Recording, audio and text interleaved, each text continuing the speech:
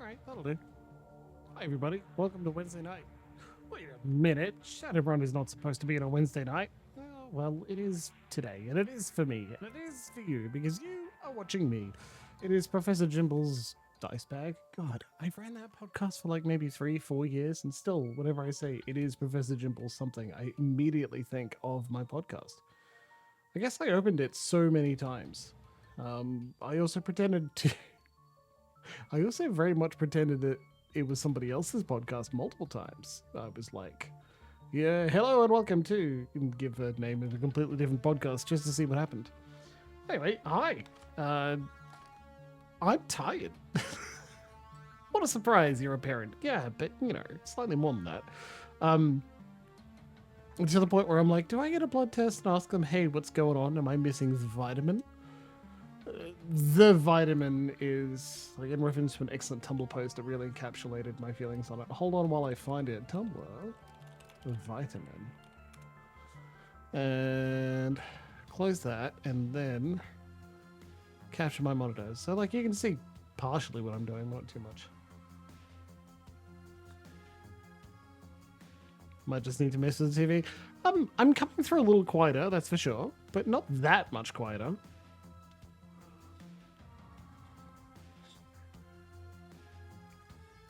That's the one. And thank you, Emma Stitches. It is good to see you. Yeah, that's part of it. There you go. My deepest, darkest fantasy is that I collapse on the street and I'm rushed to the hospital. They perform a bunch of tests and find out that I am severely deficient in one kind of vitamin. Then I start taking the vitamin. I become the happiest, cleverest person alive because all my problems are caused by this one deficiency.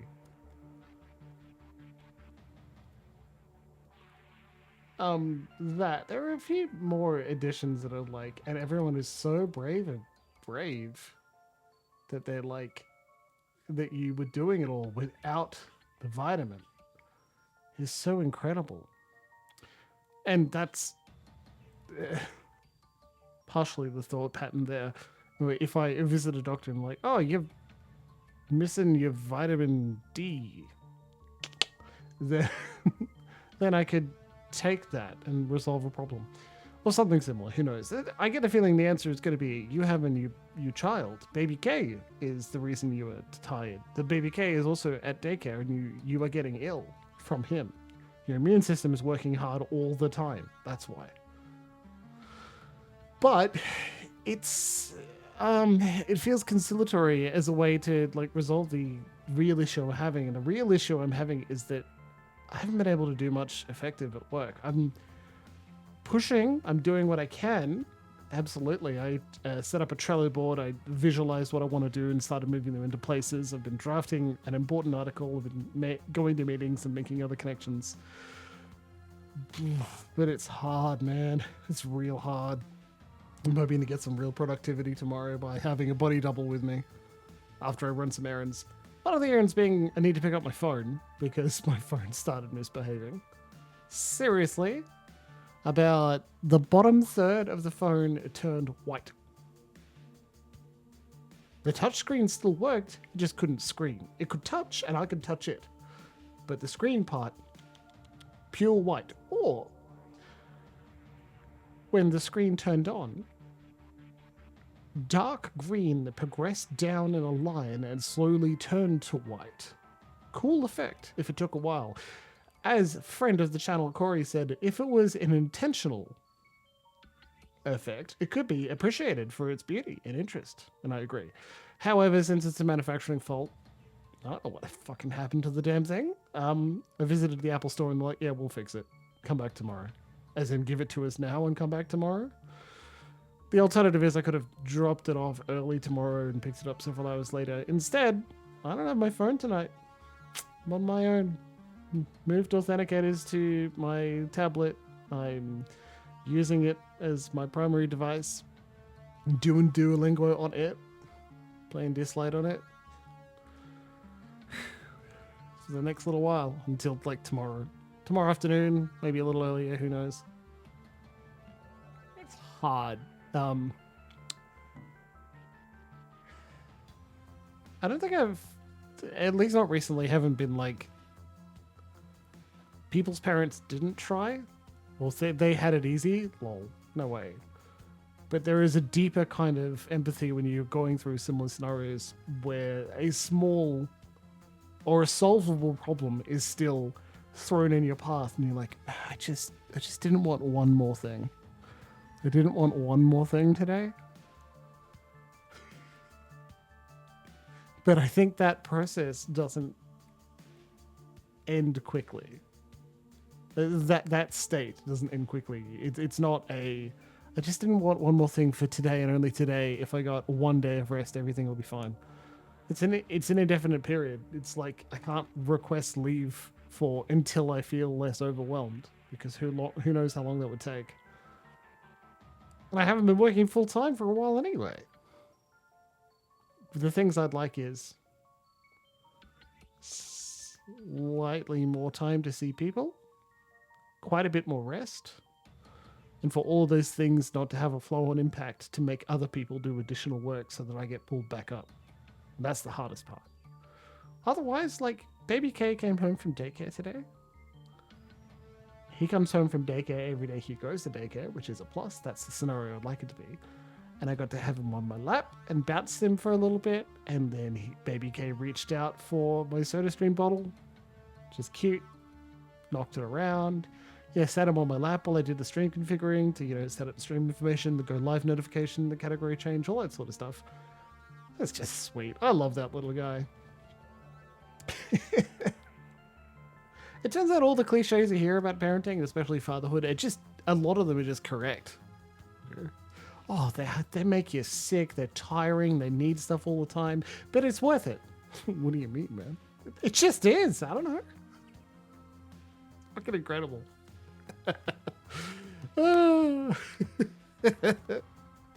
Anyway, you want to play some video games? Let's have some relaxation video game time. You may ask why Shadowrun Dragonfall tonight, when it should be scheduled to be a Chaos Wheel.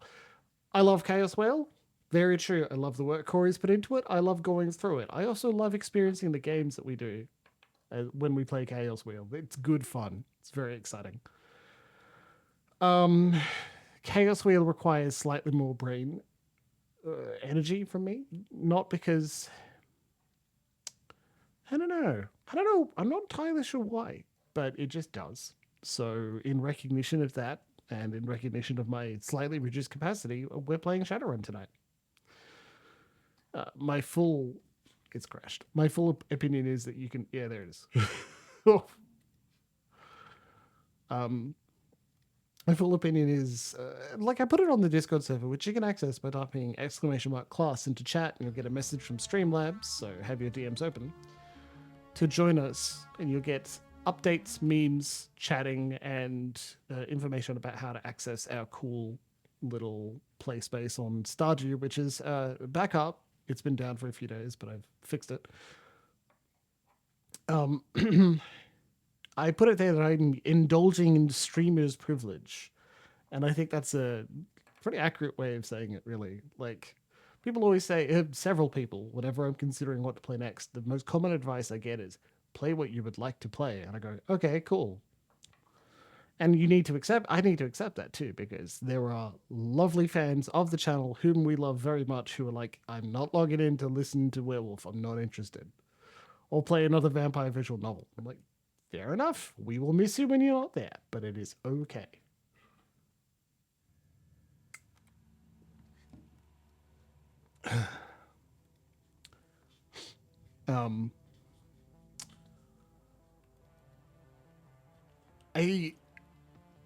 That advice feels like genuine. I don't think anyone's lying. But to me, it still raises another question of, yeah, but what do I actually feel like? Sometimes I'm searching for information the same way you search for the place to order food. Like, what do I want to eat? And someone's like, Taco Bell. And you go, nah. What do you want to eat? Something else. You want someone else to suggest things until something feels right. Not make the decision. Make the decision, but not have to analyze the information. Hello, Violets. Simi Kim leans against a wall, her head downcast and her face lost in shadow. Sensing her presence, she looks up, revealing a black eye poorly covered by concealer. She still smiles at you. Hello, Pendulum. How are you? Who gave you the shiner? I don't know what you're talking about. Do you want something? Because I've got things to do, you know. Is this accessing you has a new sim for me? One with aliens, a little girl I need to save. She's waiting for me and I can't let her down. Is there something going on around here? There's always something going on. It's the Flux, right? It gives, it takes. Sometimes it takes more than it gives. Some things it takes are gone forever. Friends like that disappear. Family that dies. People like Monica. I don't much like the Flux. In The Sims, you can have the same happy day over and over. You can skip past the parts you don't like and replay the good moments as many times as you want. I can't think of any parts of your life I'd want to play over, and plenty of parts I wish I could skip. How'd you end up in the cruise bazaar? I don't know. I was living on the street since I was a kid. I had no family, no home. I got mixed up with some bad people, and I had a bad day. I ended up owing them money, too much money. I got beat up pretty bad, needed a doctor, but couldn't pay for one. Then I found Dr. Ezekiel, or he found me. I can't really remember. He said he could help me. He gave me the money up front, but he said I had to come back for medicine every month until it was time to pay him back. And I did. I took the medicine, just like he said. I don't really want to talk about this anymore, okay? You take care of yourself. Whatever I have to do. Dr. Ezekiel sounds a bit like a dick, right?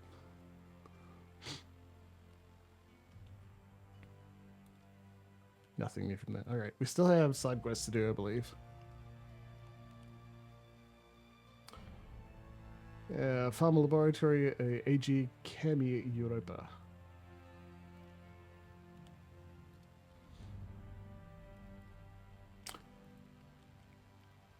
And so, like, I've said it multiple times about the Chaos Wheel, and it's by no fault of its own.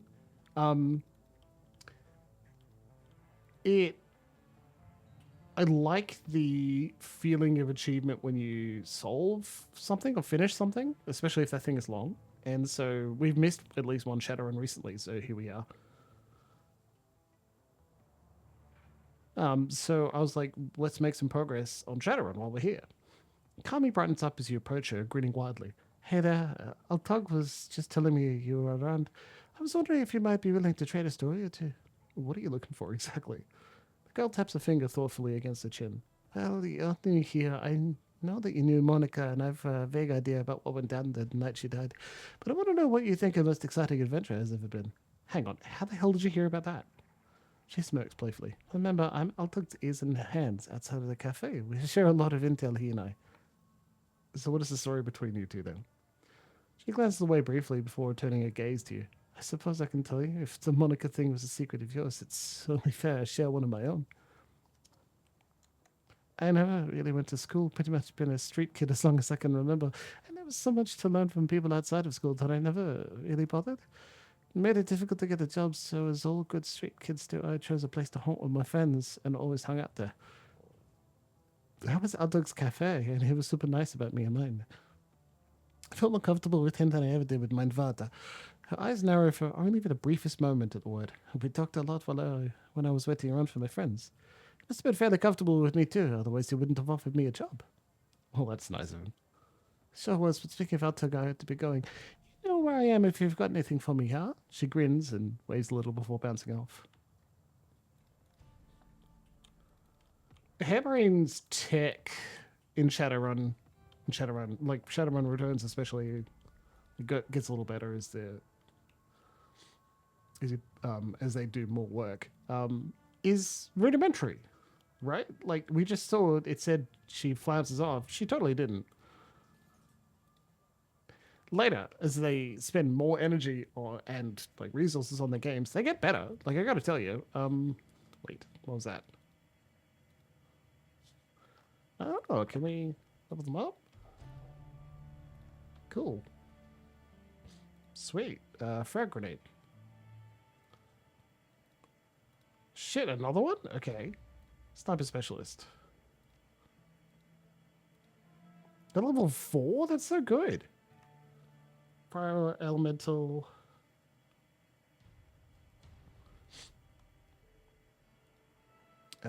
Flushes them from cover. Excellent. When hit.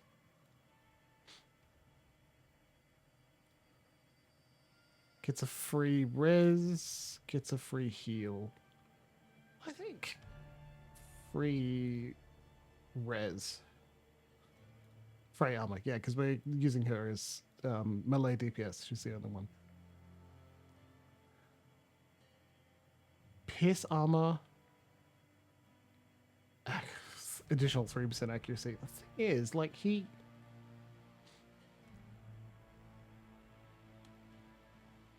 misses a lot. Decking. Cool. Wow, that's good fun.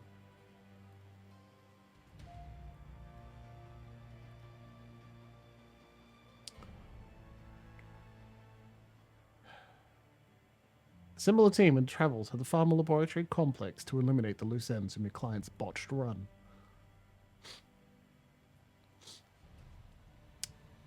Glory. Blitz. There you go. Decker, melee, range, spell. Yeah, it should be good. Sorry, Dietrich. You can chill out for just a little bit.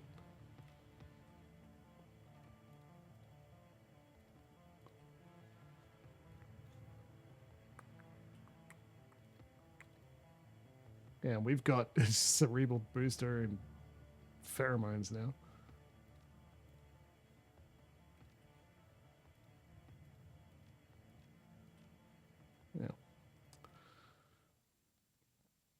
Yeah. So, like, making some progress on Shadowrun Dragonfall, hopefully move towards, like, the end game. Probably not. Who knows? It will be pretty satisfying to tick it off the list. And then, like, I get to pull up the list again, the votes thing that we voted on, and see what more we want to play. That was ages ago. Details of it, again, available on Discord. I joked about it because I was in a real goofy mood late last night when I left Corey's place. It's pretty nice. I was happy to go home, help him out with Baby K. I say help out, and that's got a bad connotation because oftentimes it's like refusing responsibility. Because it's like, oh, I'm helping out, as in it's something I'm doing in addition. My parenting assistance, or that's on top of what? No, that's sure that may have the connotation. That's not how I use it. When I say help out, I literally mean I'm happy to be part of the team. I am assisting by giving my all, not in addition, but just because I'm doing it. Anyway, loose ends. Yeah, sorry, I was goofy and it joked that, like, take long service leave from your job to spend 30 days or so in a long stretch, like a 30-day subathon, see how popular you can get over that time. Get big engagement from the community that currently follows you to like, share, and subscribe as far as possible in a 30-day stretch. Can one person earn enough money to leave their job and be a full-time streamer? Bad idea. But an excellent idea for a short-form documentary. Loose ends. Your client has hired you to tie up loose ends at the site of a botched cloak and dagger operation. One of the operatives from the failed mission has been captured by the knight-errant security forces, and it's only a matter of time before he talks. Your job is simple. Kick in the door, find the operative, put a bullet in his guts before he can spill them. I should have taken all of my combat specialists. Who needs a decker anyway? We're fine.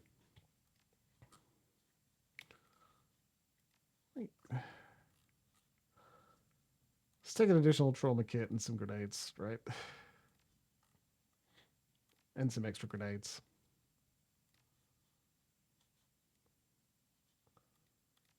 Should I? No, you can't upgrade his deck. Okay. Blitz's outfit. Spend all of his money on programs. Yeah, fair enough, man. You have unspent karma available to improve your character's attributes and skills. Open the karma screen. I think I'm saving it.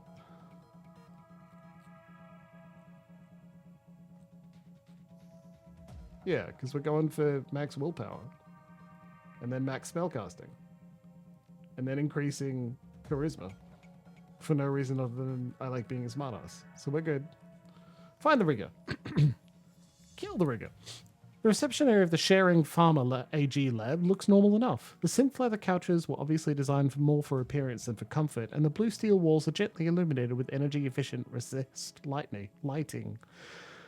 All in all, it's a perfect example of typical corporate design sensibilities. Bland, generic, and safe. An overturned houseplant is the only sign that something might be amiss in the lab ahead. You ready for this, fearless leader? According to what Herr Fuchs told us, his entire complex is going to be crawling with hired security. I'm guessing knight errant, but we'll see. It's going to be a hell of a fight. I've been itching for a stand-up fight. Let's do it. We've auto-saved. It's starting us in combat mode.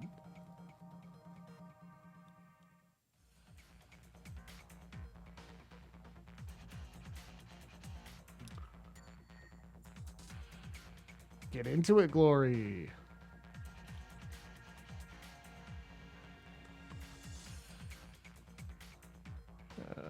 May hit adjacent characters use bullets.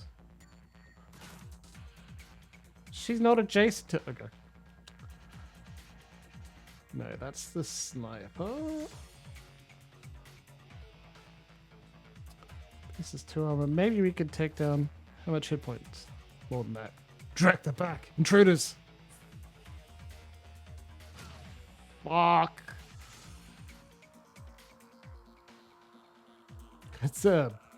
Was a bad move. Because we're just standing up. Okay.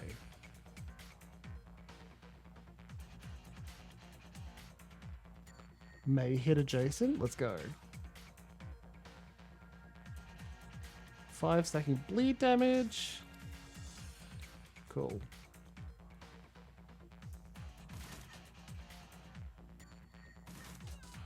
Cool.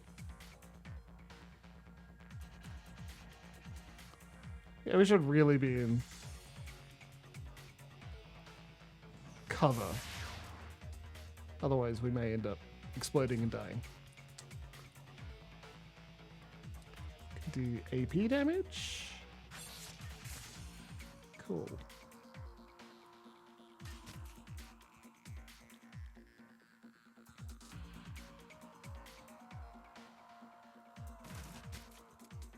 He's hitting a lot more now, which, again, really good. Ignores armor completely, huh? What if we take an extra hit chance to...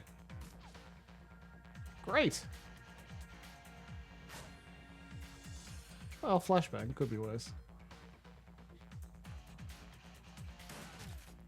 Fuck.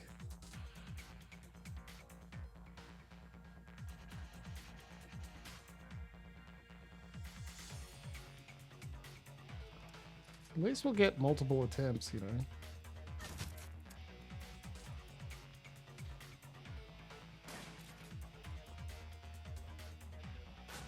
I think what we'll do if we get multiple attempts is not all stand in grenade range with each other.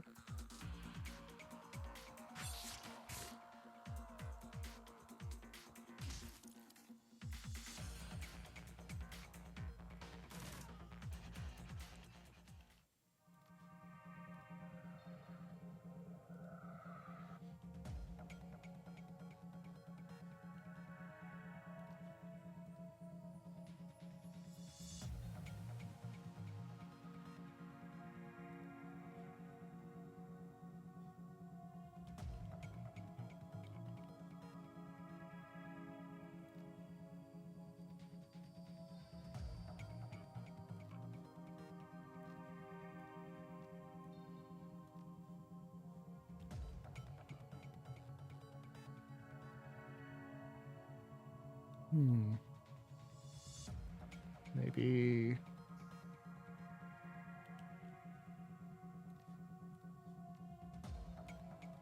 She's my melee character, so like... What could you do with the security cam? No, there it is. Jack in here.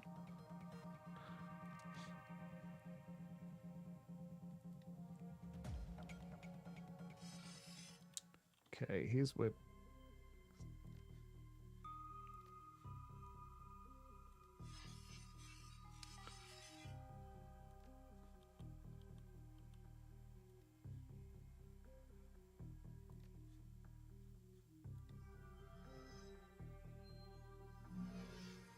That exploder sure can explode. Great. Probably nothing over there, so...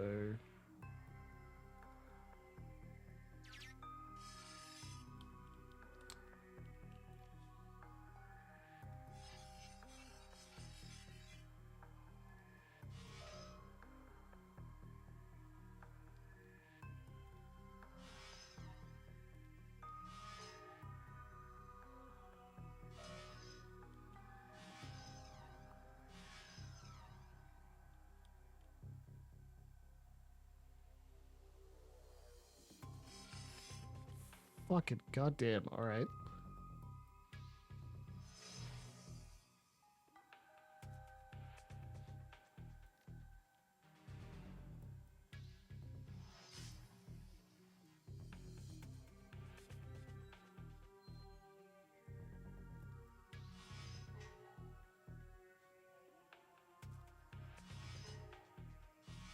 Oh, I forgot the square is right next to it. Okay, it's a bit of a shame.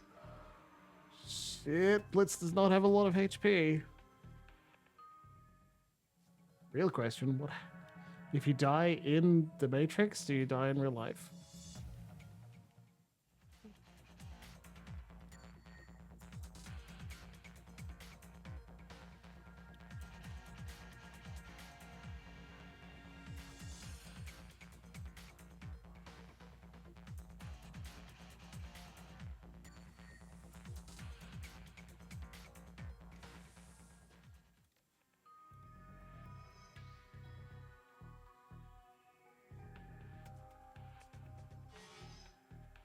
Yeah, we need to get rid of the things trying to deal with you.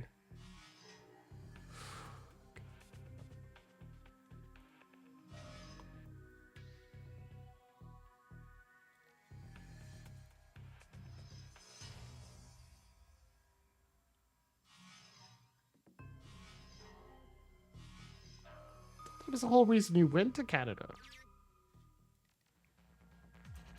It looks like he's just sleeping. Problem solved then.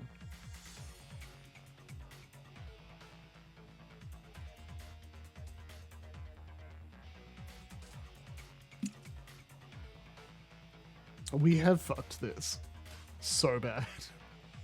Sorry, not we. You know, I thought of and then deleted an entire rant about the royal we and how badly it annoys me. Just because it's mostly pointless.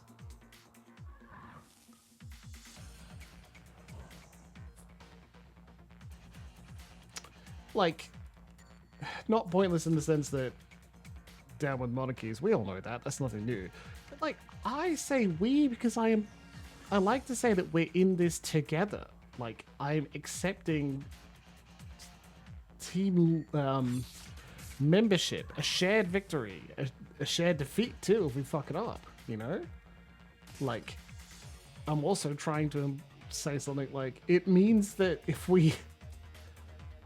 I say we, it means that I'm accepting group failure, and that if it's a success, a massive success, I don't want to claim victory all by myself. I didn't do it all by myself. It's a teamwork thing. And then the fucking royal goddamn bastards take it away from me by just essentially stating that, like, assuming credit. Just, oh no, we're the royal we means that I'm taking credit for shit that isn't my personal doing. I think that sucks.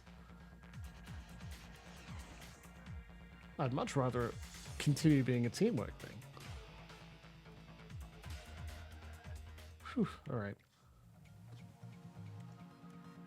That just isn't an option. All right.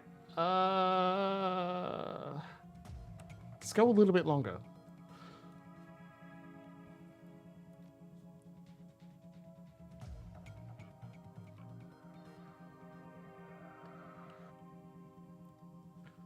Like, the alternate is like you say we all the time and don't take credit for any failure and only take credit for success. And like, I don't like that. It's terrible.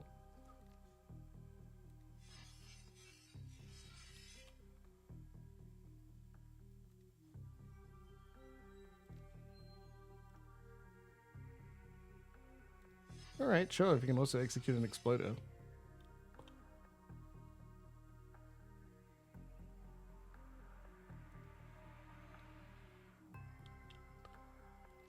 And I know there are definitely people who do that. I also know that sometimes that's a matter of survival here. In corporate survival, not actual survival. We built this cooperative atmosphere, and then what a surprise, people are less likely to want to cooperate together. But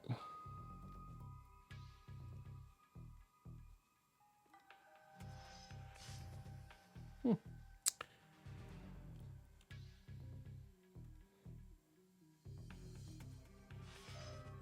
I mean, we could also blame the monarchs as well for that.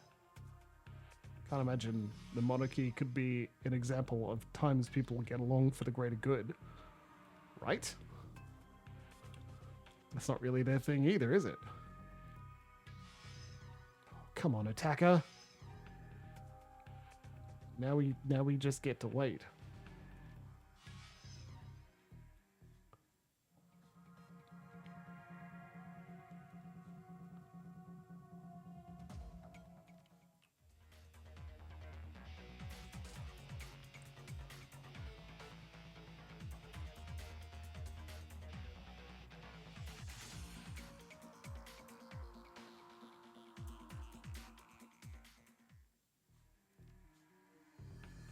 Come on.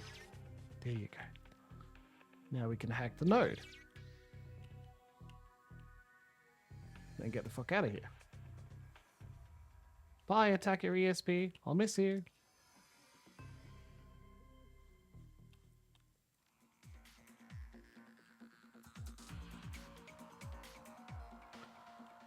Now we can see them all using our security cams.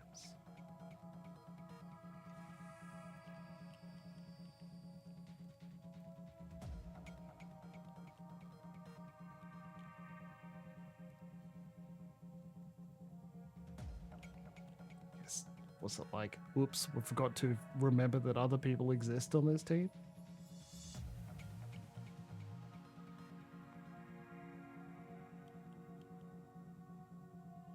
It's a bit frustrating, but what can you do?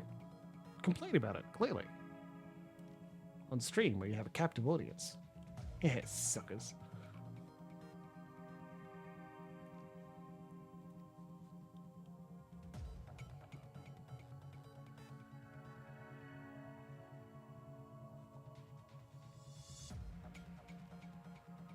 I swear there was a way to, like, ready in action.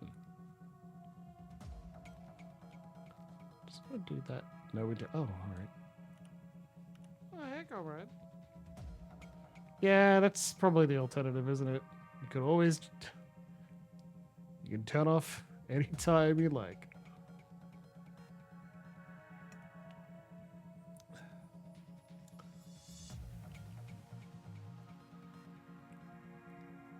One's wounded like that,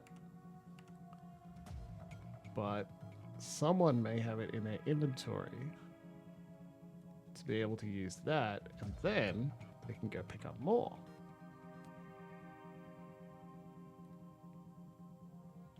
You do not need to be in Malay.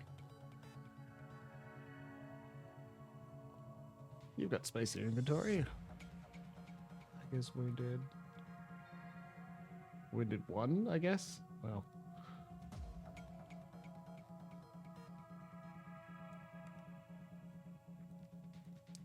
It's funny that, like, I can see a slot there.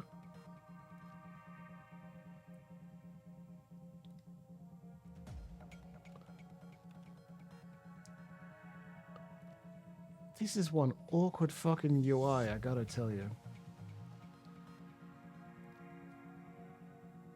Premium medkit.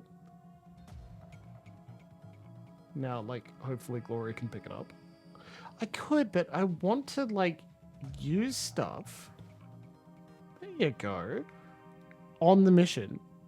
And also restore hit points so that we're better off in this mission as well. Like, this is my attempt to try and think tactically, and it's hilarious that it's going this well. There's like 3 additional turns of fucking about. That's pretty funny. Oh, he's in a ley line, you dick.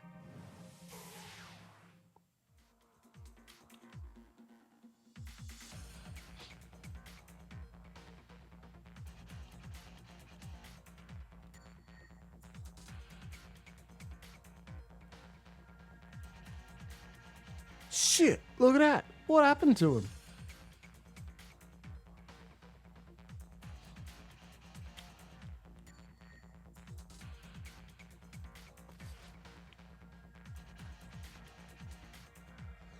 They always say gank the mage.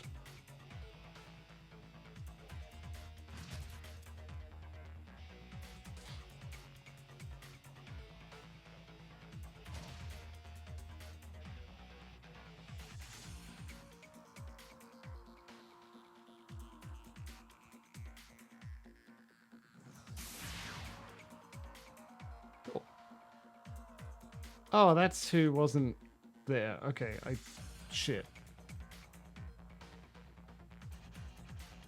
Don't hate that. Doesn't increase your reaction speed though, unfortunately.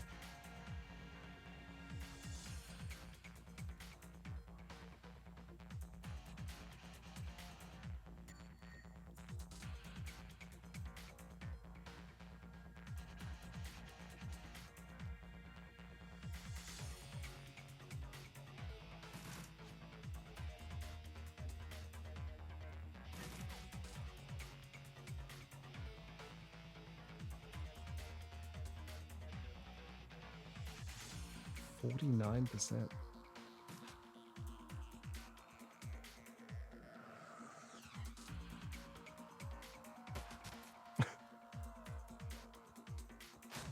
Oh, come now. How many grenades do you have?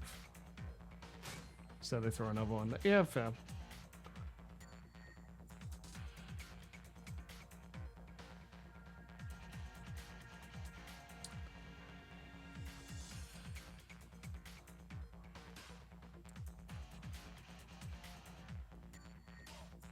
Oh. 49. Why is such a low chance of hitting? You're a sniper, babe. It's supposed to be your thing. Let's just move a little bit closer and see if there's anything we can do to help. However, there's no good spaces for cover, so...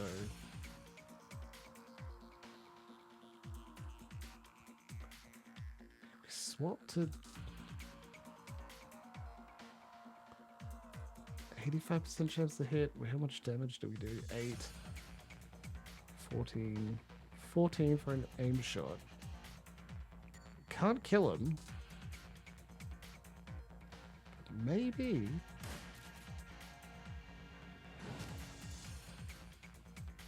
Now we're all on fire! Love it. We're doing so well.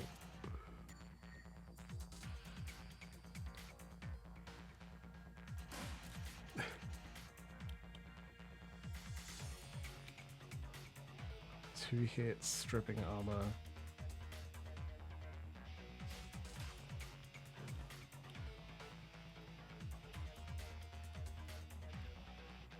Out of sight, 63%, 57.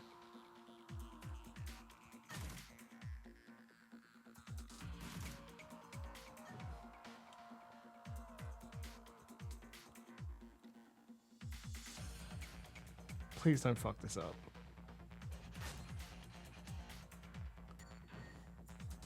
Need backup in the main lab now.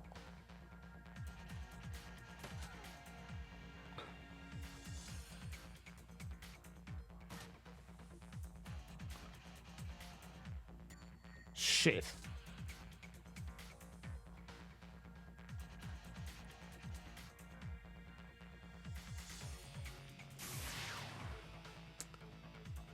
Cool. He did that to himself. Well, I mean, technically I did it to him.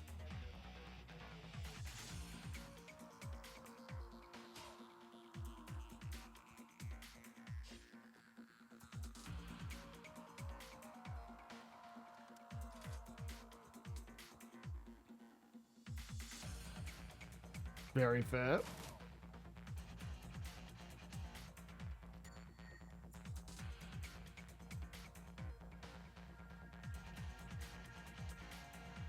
I just didn't think I'd be hitting my own AoE. Like, I wasn't highlighted by the gold ring or anything. Thought that would be enough. Apparently not, right? Oh, we are gonna have to load that save. And try this again. We are getting our ass kicked.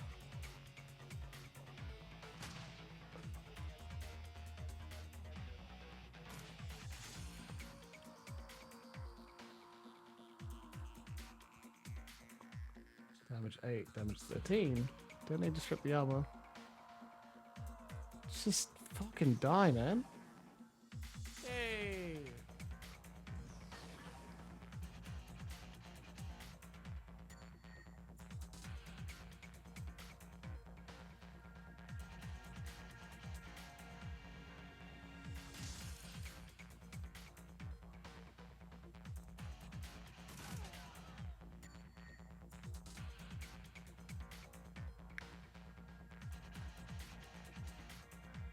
No. Go for broke. See what we can do.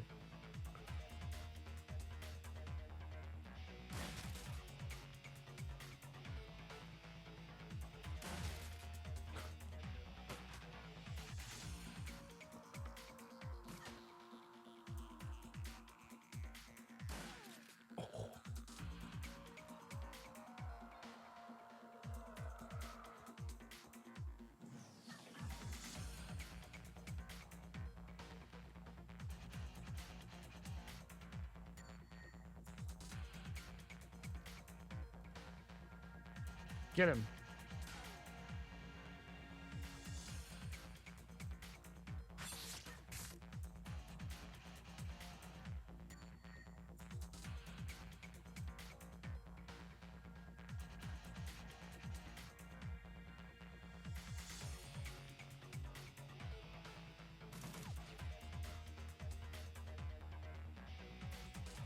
Come on, man. Okay.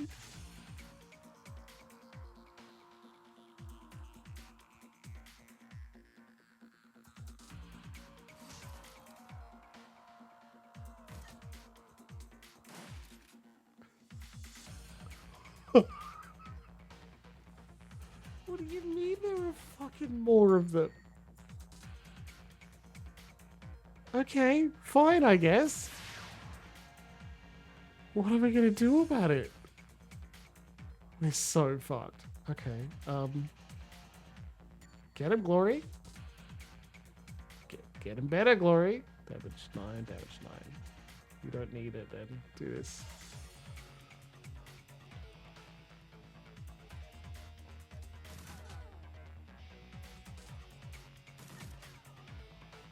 Good work, team.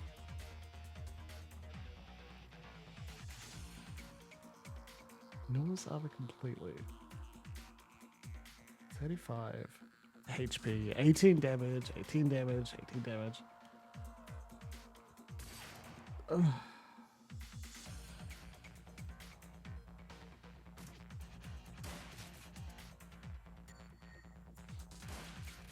Oh, for God's sake. Alright, 96% chance. Great. Good job, Pedrolin. Now this one.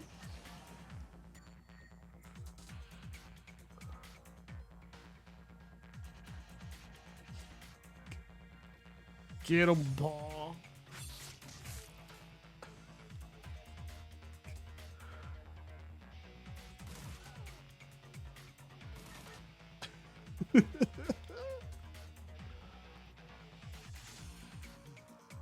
Ammo. ammo. Reload. Okay, don't have enough actions for that, so... 1 at 47%. 94% chance. Don't want to reduce damage. Let's just single shot. You're kidding me. We're out of combat now? That can't have been it.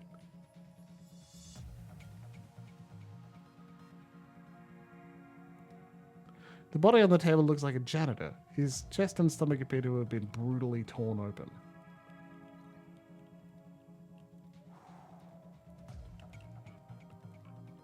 I think we have to get into combat to use like healing.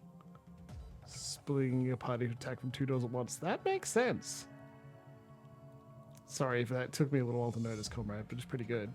Drek, what happened in here? What happened in here? Grisly scene.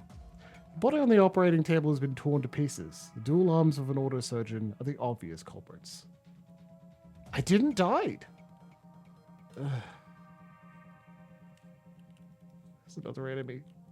Just gonna just keep exploring somewhere else first. Maybe there's more we can see.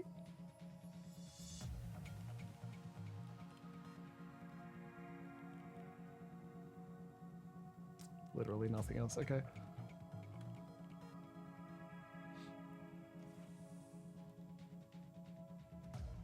I was kind of baffled by surviving as you guys are. How did I manage it? I don't know. Can't save while in action. I always forget that. Can't save while moving. All right, a little bit more. Hopefully it's dialogue. It's not. None of that. Okay, so...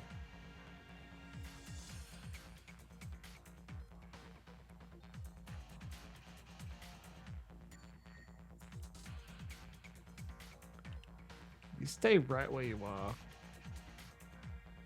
Seriously. Unclick that. Stay where you are. Swap to Igo. Move her here. 25. 66. Alright, well, let's start with that then. I used the fucking shotgun. Okay. Whoops. 40% chance? How? How do you have such high chance to hit?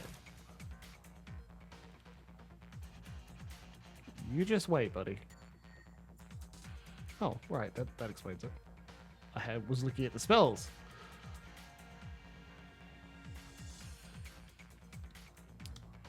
Keep them away from the elevator.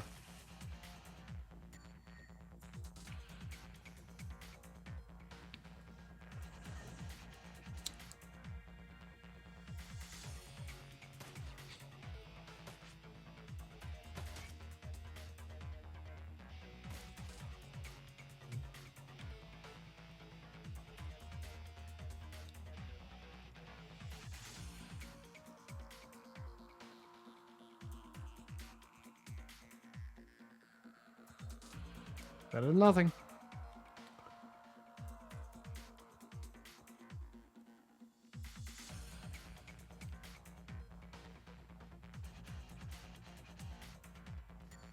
Think wait just a little bit longer before we charge into melee.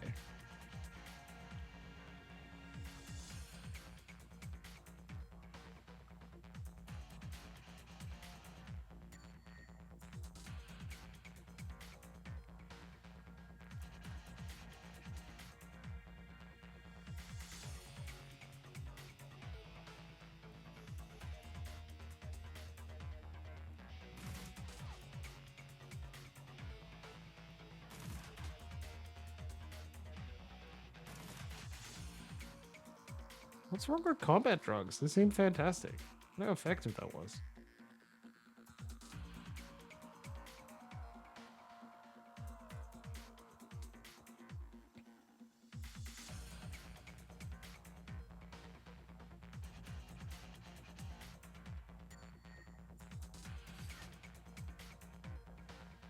Yeah, see, this seems effective. Let's just do, yeah, just do that.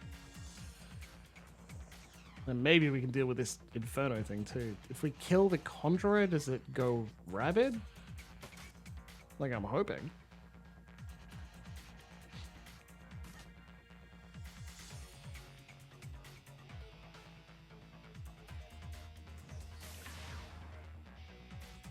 Didn't get hit by my own AoE this time. Okay, so now they're closer.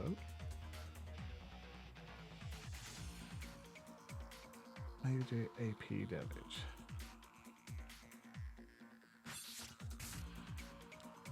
Shit.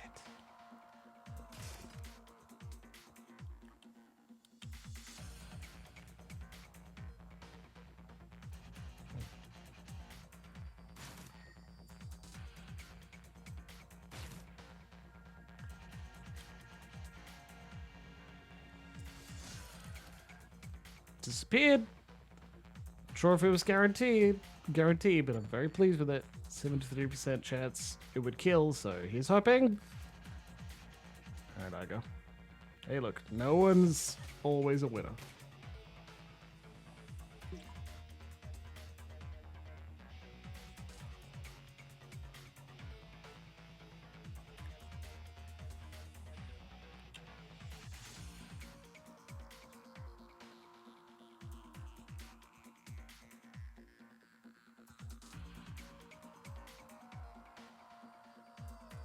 Move there to get cover. Okay.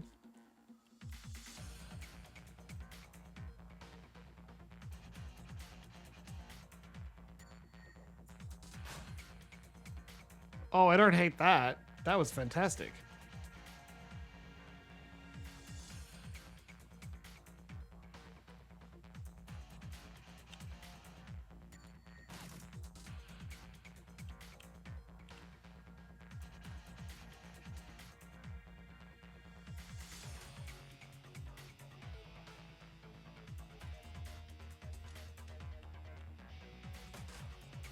Shit.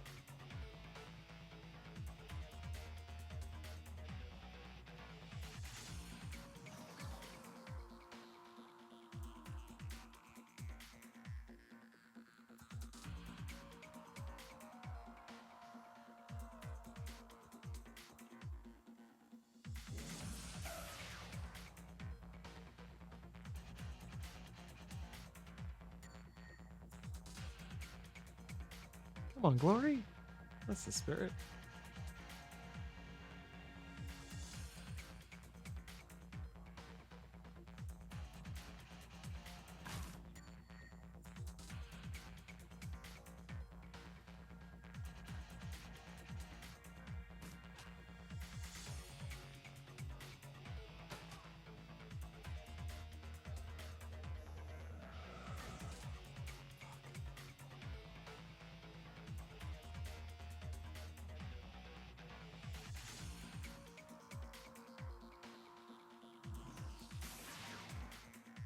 Go on.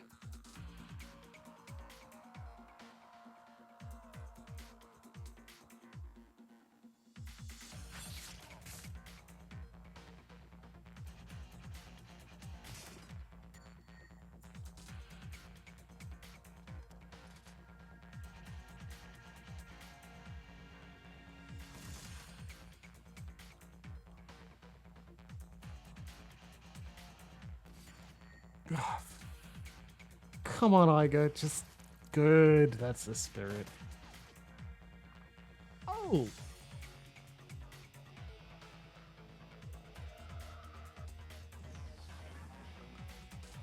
It's fucking auto turrets. Hey, Claire.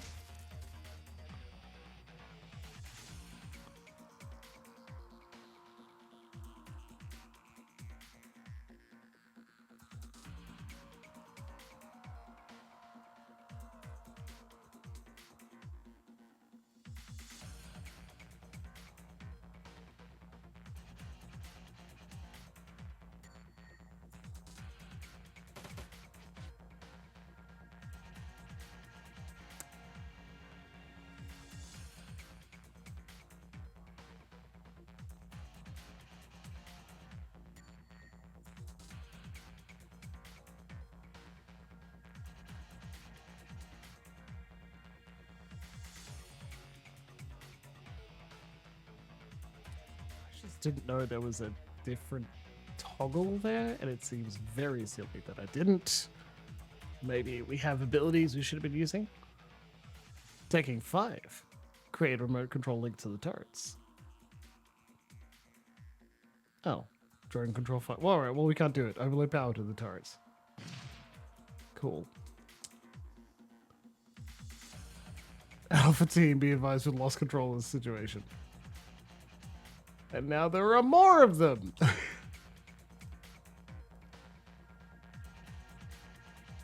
Come on, Pendrelin, don't fuck this up.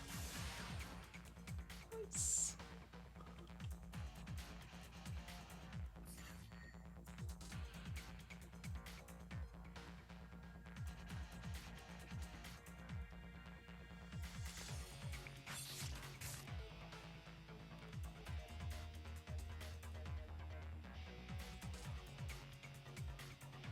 I don't know when I'm going to manage it, but I really need to put some more work into my Fenno game.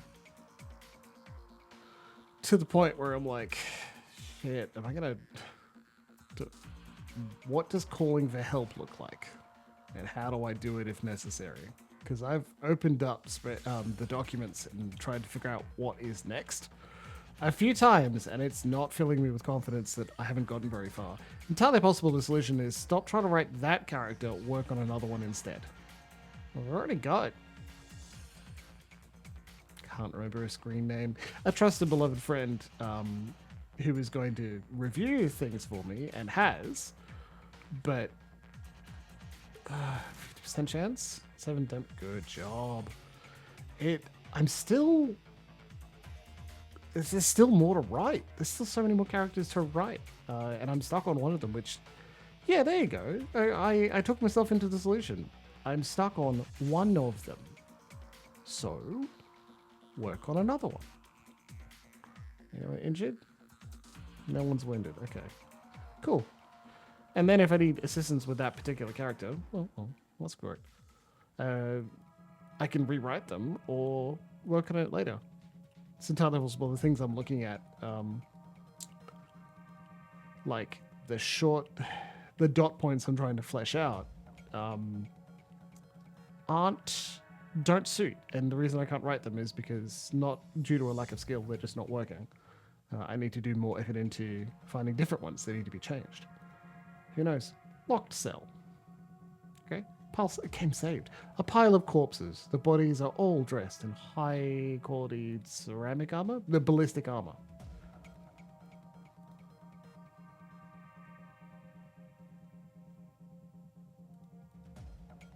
Oh, this door then.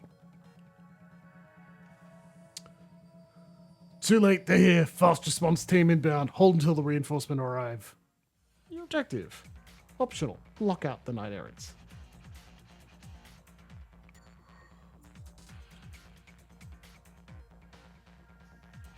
Get into a ley line because fuck me, are we gonna need it? What's that? What's that? I don't know. Get into it.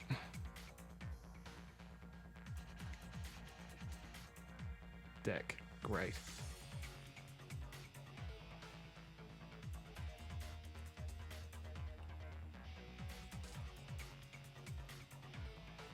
Conjurer. I think it's a good idea to hit the Conjurer first.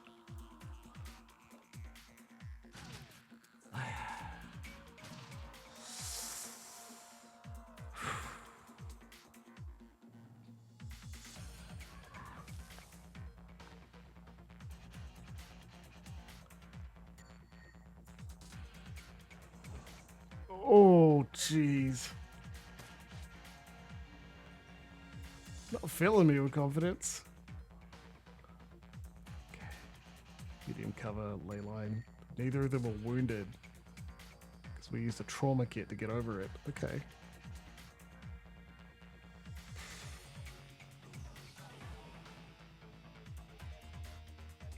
Come on, buddy. Yes! Alright, good.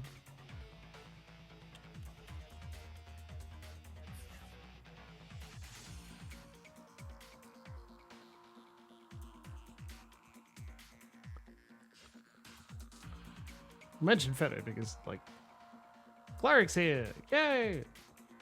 I get to.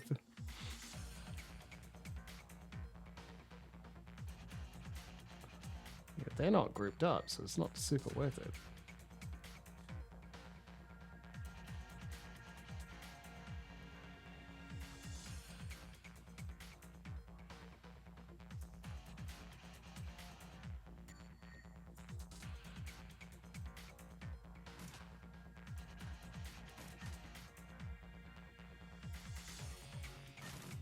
Why?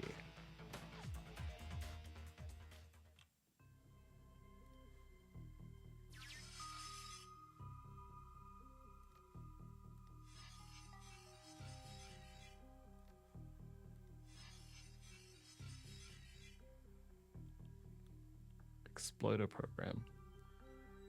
So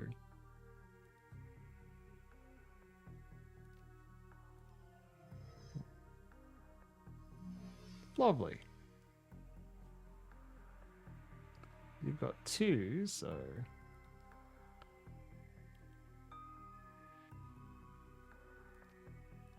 shit.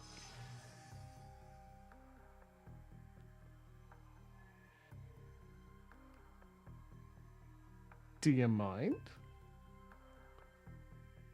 25 IP per turn. They'll probably die next turn.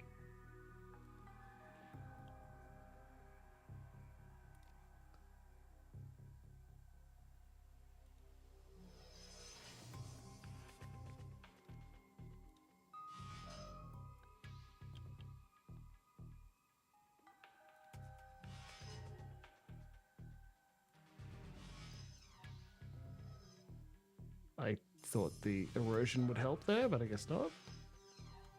They both died, so that worked.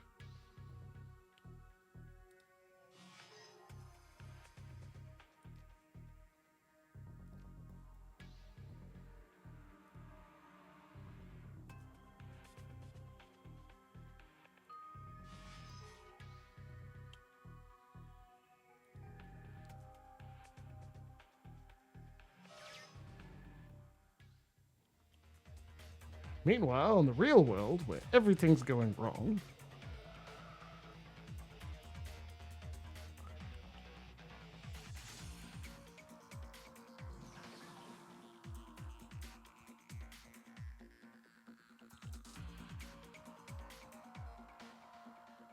man, I'll stop them from attacking us. Like at range, just getting for free.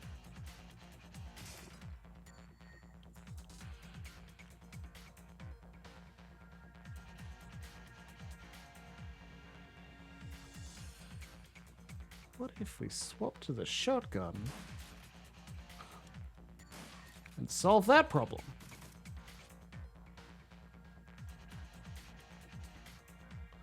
Time until reinforcements arrive. 1. Blitz, please. Good. Now get the fuck out of here. Wait. Pay data node?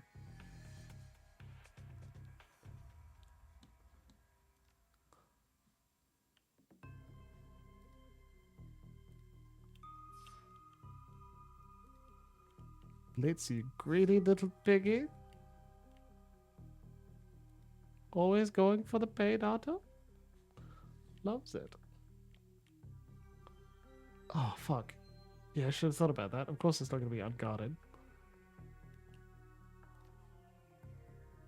That's the area effect. Straight, I can't see it. Okay, well. Escape is not the button to press. Jimbles.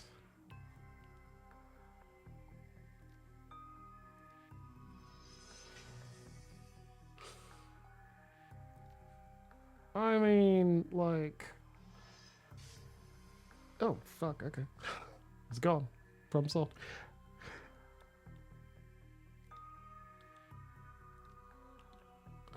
I mean, should we worry because we've already locked out the enemies? So we could do this. It's fine. It's not that irresponsible. We certainly won't totally regret it. Jesus. Oh, fuck. Okay. Pierce's armor. Heavy cover, but 77% chance, so... Nice.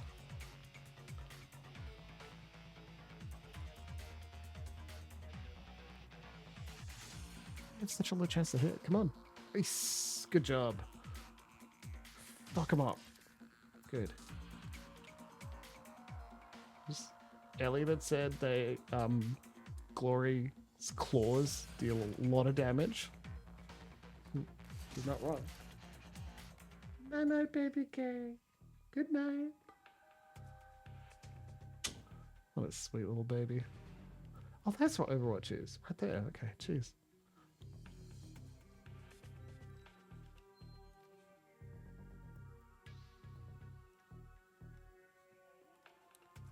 Cost 2. How big is it? If I were to target it... No, I probably wouldn't get the other ones anyway.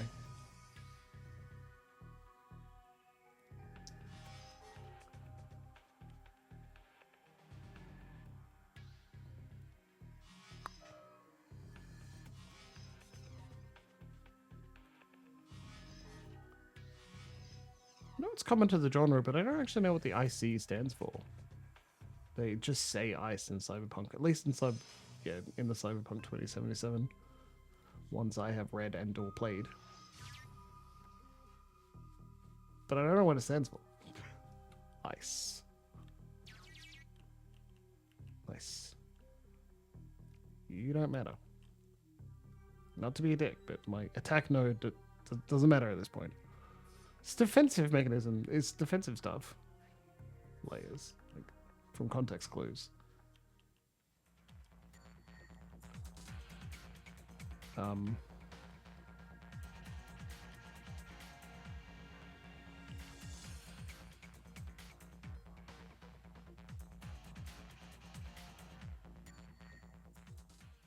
Still in turn order, but thought we'd turned everything off.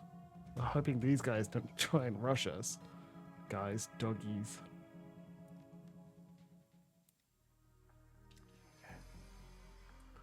From a description that the client gave you, this must be your target, the rigger, Thorvald Enstad. You can see it waving and pounding on the plastic of his cell door, but from where you're standing, the scene is eerily silent.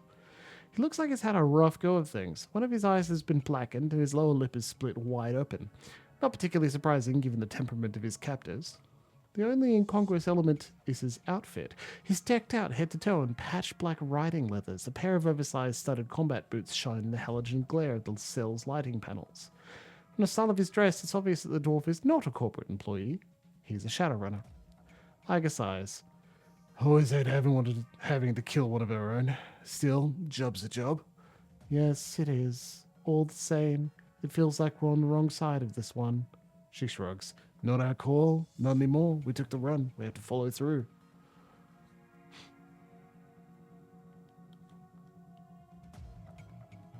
Oh, okay. Cannot control Blitz, which is annoying because he's standing next to a thing. Oh, we can't loot it anymore. I guess we got the payday though. Now, we holding cell controls. We open it, now we can talk to him. Thorvald Enstad. Just in case he turns on us, I'd like everyone to be nice and close. The door slides open and the stench of stale sweat assaults your nostrils. Enstad steps forward, his bloody lips curled into a smile. The soles of his boots squeak on the polished tile floor. Free at last, the crest. His smile widens into a sickly grin. Tar-stained teeth shine wetly in the light. Didn't think I'd warrant a rescue. Whoever sent you, thank him for me. I'm afraid you're wrong about that. I was sent here to tie up loose ends, namely you. His eyes go wide. He raises his trembling hands in surrender. Oh, dear Chief, I don't know what your client told you. He said that your team botched a run, went loud too early, and got a lot of people killed. Us? We botched the run? That's bullshit, man. We did everything like we were supposed to. Like always. It was that bastard's bad intel that got us hung out to dry. Sounds familiar? Please, hear me out. I promise I'll make it worth your while if you do. Now, wouldn't hurt to hear what he has to say. It doesn't matter what the excuse he feeds us, nothing can change what we have to do. A contract's a contract, Pendulum. His hands clasped in front of him in sign of supplication. You can see the terror in his eyes. Go ahead, talk. All right, okay. So we go in, right? Me and my team, and we're doing just what the client told us to. Well, the bastard forgot to mention the farmer had a knight-errant security contract for the place. He told us that there would be little, if any, resistance. So imagine our surprise when a KE response team kicked in the door and alerted on us. Etiquette Shadowrunner.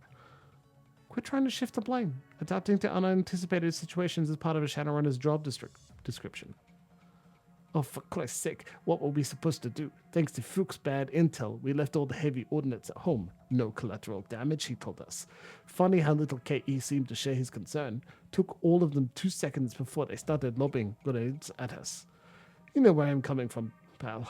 I can see it in your eyes. You've been on jobs that went south before. The only difference between you and me is that you were lucky enough not to get caught. Look, I can see you're skeptical. I get that. Can't blame you for it either. You don't know me from Adam. But I know you. I know one thing that you will understand. I'd like to offer you a trade. I've got a little toy hidden away. Managed to stash it before those knight-errant pukes took me. Thanks, Sarybot. My own design. Totally one of a kind. I call it a pain inducer. Great aid fun for the runner who has everything, and I guarantee that you'll never find another. You let me live and it's all yours. Put a fucking ribbon on it for you. Then I'll disappear and never bother any of you again. Scouts honor. Even if we consider going off mission, she shoots you a significant glance, which we wouldn't. She turns back to Enstad, staring him down. Did you honestly think it would sacrifice our professional integrity and 15,000 new yen payday for a trinket? He nods slowly. 15 now? I can match that. You let me live and I'll pay your wage, plus the inducer. Hell, you could even tell your client that I'm dead and bill him too. Double your earnings. What do you think about that? How'd you come by the 15 grand? I hit a big payday a while back. Put the extra cash in my rainy day fund. Trust me, pal, I can pay you the money. You just help me out and I'll transfer it to you myself. We just need to get back to the room where I stashed my PDA. What does this pain inducer do exactly? Induces pain. He snickers.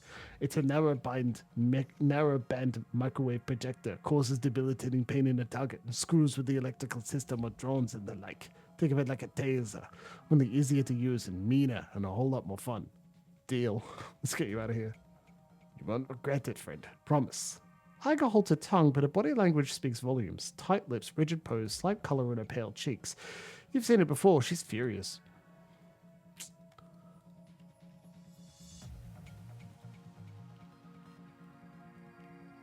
Too bad.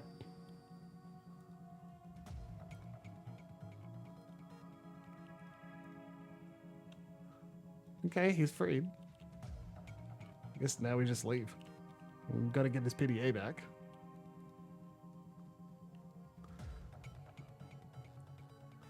Instead slows to a stop at the window. His eyes are locked on the stack of corpses piled up in the cell floor. My old team. Sorry, sons of bitches. But I never thought I'd be the last man standing. Why not? I'm usually right in the thick of the action, easy to get shot under these circumstances. If I hadn't been downstairs when Kay smashed in, I'd be in that pile with them. Funny, in my experience, riggers usually stay away from the thick of combat. They tend to use their drones for that. Well, I ain't that kind of rigger. Drones ain't my thing so much. So you're a getaway driver? Blitz shoots the rigger a sidelong glance. Vehicle riggers are even less likely to be found out on the front lines. Nah, I'm a spider. My specialty is taking over building systems. To do that, I need to find a data tap. And to do that, I need to charge in with the rest of the team. A security rigger, huh? Don't see too many of those in the shadows. Lose your corporate job? Corporate life, well, let's just say it wasn't for me. I needed to work in an environment where my creativity would be rewarded. I think we might have seen some signs of your creativity on the way up here, he shrugs. Might have. Can't say one way or another until you show me what you're talking about. Anyway, we should probably get moving, don't you think? I don't want to be here when more of those knight-errant bastards show up. Are we spotting? The objective, exit the building. Well, that's it? Okay. There's probably more combat coming, huh?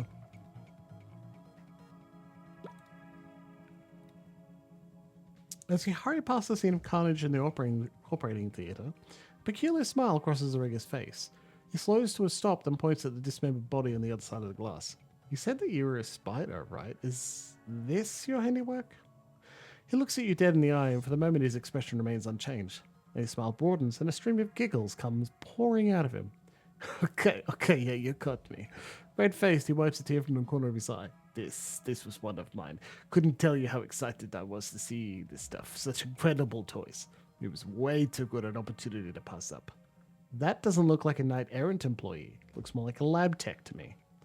He nods enthusiastically. This was a fun one. Little prick couldn't believe it when I set the auto-surgeon on him. Kept trying to get away, but wherever he went, one of my arms was there. All the while he was screaming like a little girl. You must have kept at it for, 10, 15 minutes? He barks out, a snorting laugh. It was hilarious, man, I tell you. Glory gives you a significant glance. You can see the disgust in her eyes. I'll point out the other stuff when we see it. There was this one guy I locked in a room with a manipulator arm. He wipes a tear from the corner of his eye. It was fucking classic. To hell with the trinket. Letting this bastard go would be wrong, Chief. You know that. Besides which, he lied to us. There's no bad intel. This bastard was the reason why things went south with that run. I'm sure of it. Abruptly, Instead's laughter stops. The fuck is he talking about? We have a deal. If you don't want to kill him, that's fine. Blitz looks you in the eye. Let me do it. I'll help. It's what we should have done in the first place. At that moment, the door behind you slides open. The trio of figures make their way into the room.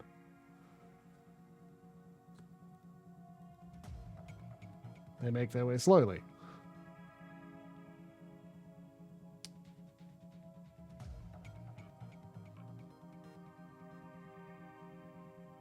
I'm sure they will, eventually. The game is not frozen. Well, it might be frozen.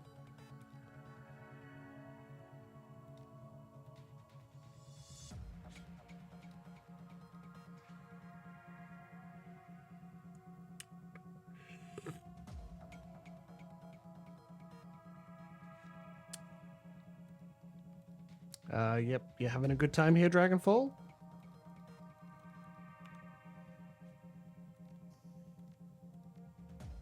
Oh, there he is, dwarf. Hit points 4. Jeez.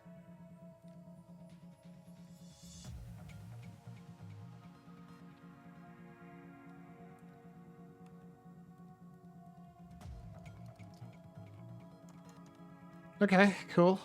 Great.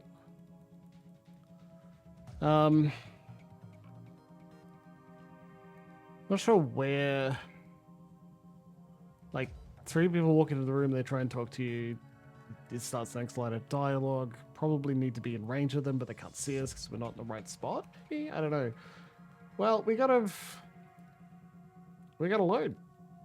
Because, like, literally nothing's happening here. That's really irritating. Autosave. God, I hope this wasn't too far back.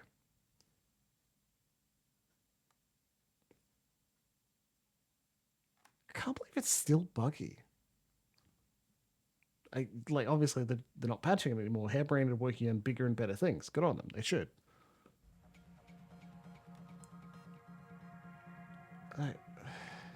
Oh, okay. Well, no, he's with us, so that's not that far back. Okay. Let's see if it works any better this time. A mod thing? No, not this time. I haven't modded this at all.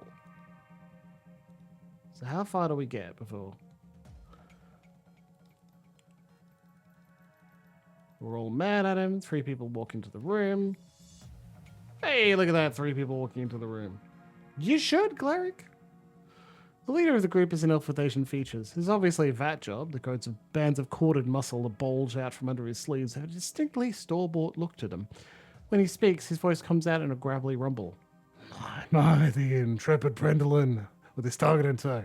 What a surprise. Who the hell are you? Fuchs sent us to check up on you, given his recent troubles with Shadowrunners. It should not come as a surprise. Company man smiles at Enstad. Devika shrinks back against the wall. No more than your betrayal, surprises me. He didn't know skin cutscenes. Well. The funny thing is, like, Irvine with no skin is like a known bug. The only fix they have for that is uninstall the mod, get through that section, reinstall it. That's so funny. I was never planning on letting him go. As soon as he gave me the money he'd promised, I was going to take him out. The rigger's eyes go wide. What? The company man pauses for a moment. If you kill him here and now, I will report to her Fuchsie if you failed your end of the contract. But you must do it now. No hesitation, no trickery. No, no, you can't do this. We had a deal. Kill them instead and you'll get everything I promised. Please, kill him. No deal. You've had this coming. Karma gained. 1. Just 1. So wounded. Beep. Company man inspects the rigger's corpse, a dispassionate expression on his face. He shifts his gaze back up to you. It would appear that you might possess some small shred of integrity after all. It isn't your place to judge my integrity, lapdog. Leave that to her Fuchs. Company man pauses for a moment, then nods. Very well, I'll follow her Fuchs at the mission's completion, and of the circumstances surrounding it. He will decide for himself what to make of this. God, he fucking knocks.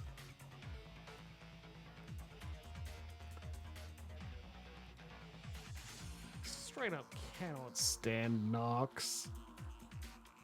Like, he sent us to check up on you. Fuck off, man.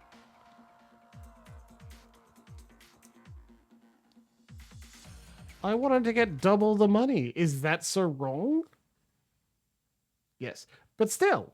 The subway car is empty and the return trip to Kuru's Bazaar. The stretch to the sprawling U-Bahn tunnel system doesn't see much use, it seems. At least not at this hour. So the train rattles on, you find yourself lost in thought. Old memories creep unbidden to the forefront of your mind. Memories of Monica in the old days and the crew you used to run with. Memories of success and failure, of wealth and poverty, of good times and bad. Halfway back to the Crest Bazaar, you're jolted out of your reverie by a buzzing sound. The comlink. You're receiving a call.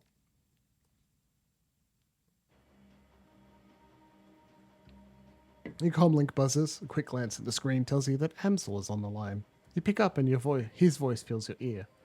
Pendulin, I trust that I'm catching you at a good time. Yeah, I'm on the train back to the Crest Bazaar.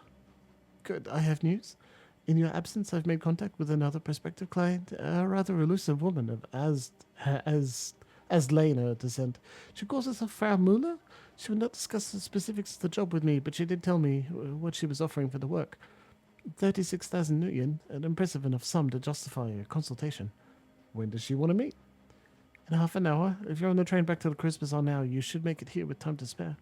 I insisted that if a meeting were to take place, it would be at a location of your choosing. Frau Miller has agreed to this. Where should I tell you to meet her? Cafe Chesv.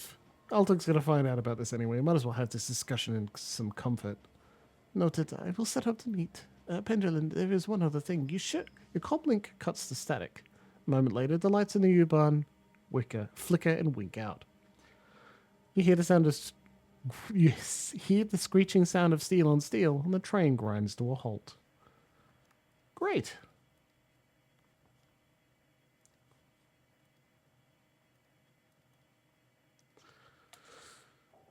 Yeah, like... Looks like the whole station's out of power. Train car. The main station's power is off. The train's not going anywhere until it's back on. Should try and find a fuse box. I've been thinking about, like...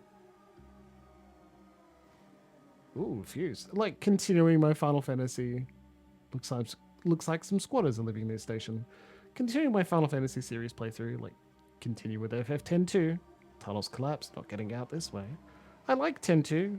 I like Kingdom Hearts. I was so excited last night. I was talking to Sam, Silken Prism. I was like, we finish Kingdom Hearts next week. And she took it as, like, I don't know, she deliberately took it this way or not. But she certainly did seem like bridge controls. Looks like the console could extend the nearby bridge to cross the tracks, but with the power out, the entire thing is non-functional.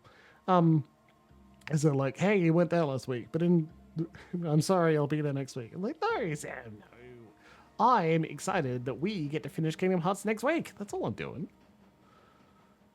It's a fuse box. Nothing looks out of order. Try swapping the old fuse that is in bathroom to track. The lights in the bathroom go out. The status next to track remains red. Add an extra fuse to track. Place extra fuse in the socket next to track. The status light next to track lights up green. Leave it alone. Cool. No. I'm making you feel guilty. I'm just excited. I'm going to finish Kingdom Hearts 1 next week. And then I'll move to extend the bridge. Move to Chain of Memories. The mechanical bridge smoothly slides out and spans the gap over the tracks. And like, we're max leveling Kingdom Hearts. And I've done a number, but not all of the custom fights. I didn't want to do the Sephiroth fight because I don't think you can replay it if you succeed. It's so dark in the maintenance area that you can barely see your hand in front of your face. The door is stuck shut. Get your muscle to force the door. Hiring a shoulder checks the jaw, and the crack of splintering plastic fills the ears. The door pops open. And, okay, you certainly can't see a fucking thing in here. Pick up. Ares, high explosive grenade. Lovely. And I was like, we get to play Chain of Memories, which you're gonna hate. And she was like, no, like, it's fine. If I'm not playing it, I'll just give it shit for being a cart battler in a Kingdom Hearts skin. I'm like, fuck yeah, I'd absolutely love to have you as a partner here, making fun of it while we play together. That sounds so good. There's an enemy there, there, and there. Watch. Reset breaker box. Bam. That's them. Open fire. Solid hit. Target acquired.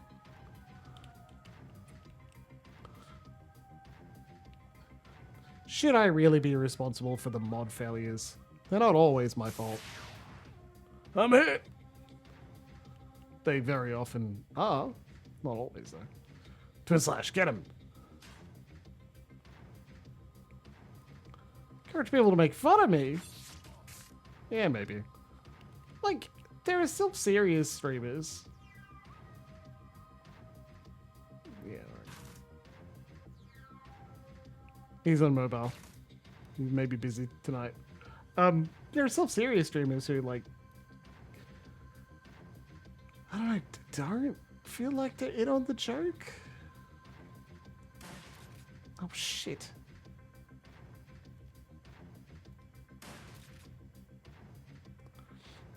And that just doesn't really feel like me.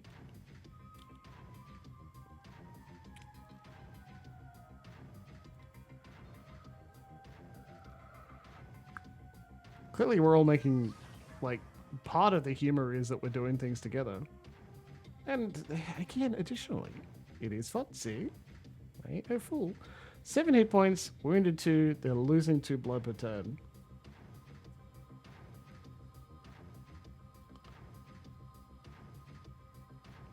Yeah, let's try and hit adjacent targets. There we go. Got one. Right. Probably going to die next turn, so I'm not too concerned.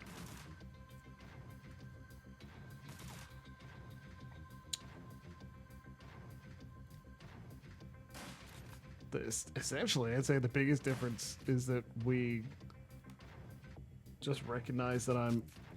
Oh, fuck, man. What the hell? Yeah, get some revenge. And then get some cover.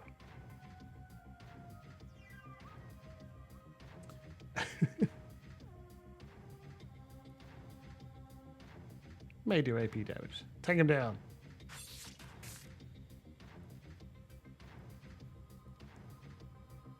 There you go.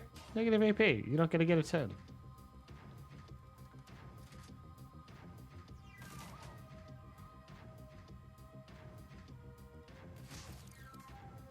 Sweet.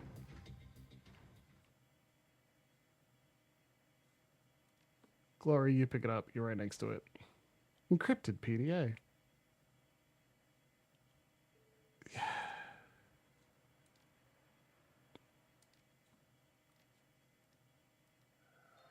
What do you mean combat is over? I thought combat would be over. Is there more of them? There's more of them.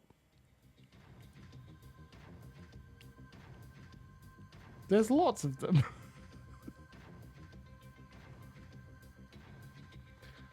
And like it comes to the territory. Like, I'm not confident enough to ensure that the mods I install are always going to work perfectly, because a lot of the time they're not.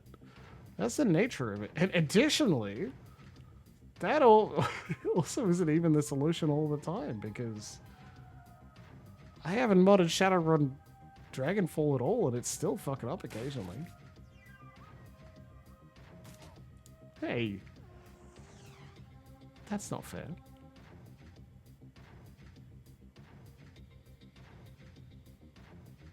It's light blue if it hits an ally. Line of sight blocked. We get someone else to act first.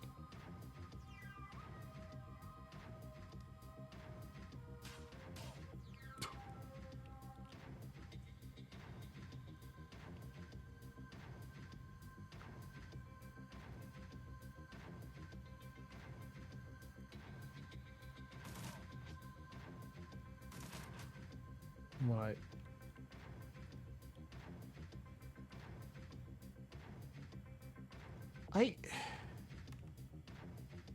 Always out of line of sight, huh? Fuck it. I guess got a lot of health. Let's see. Because it costs 2 AP to do that.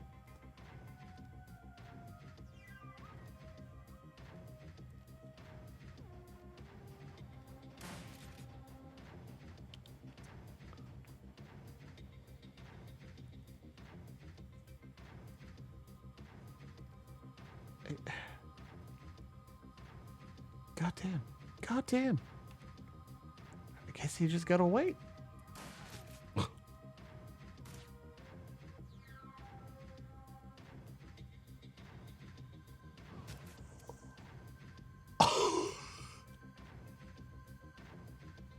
The fuck was that? Crit for 36? There's some kind of adept, huh? 17 damage, negative 4 AP, bleeding as well.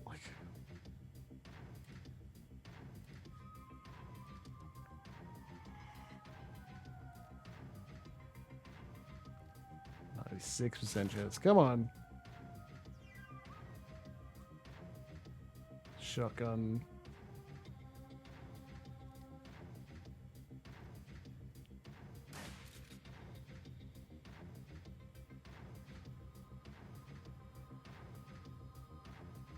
Oh, alright. Fair, I guess.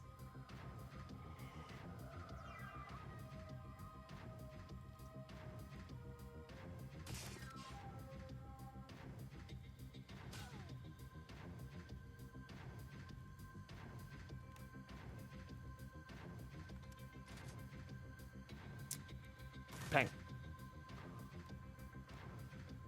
Use the healing on the main character. You can't? Can't? Is he dead or is he going to be okay? Guess we'll never know. Shoot the mage. Oh my god, it is Breaker. Okay, well, let me finish this mission. Fight. Hopefully there are more out of here.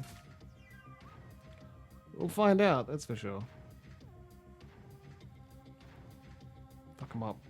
Go on, get him, Glory. You're stunned again, too. Bleeding 2 around. Still not enough. There. Now they'll die next turn.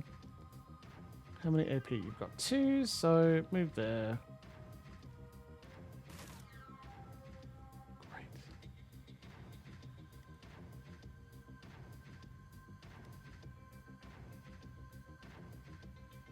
Now he's got the skull with 1 turn on him again. Enough. Move back.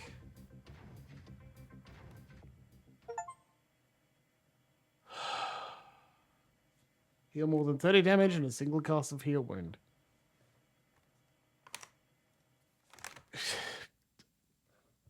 Break time.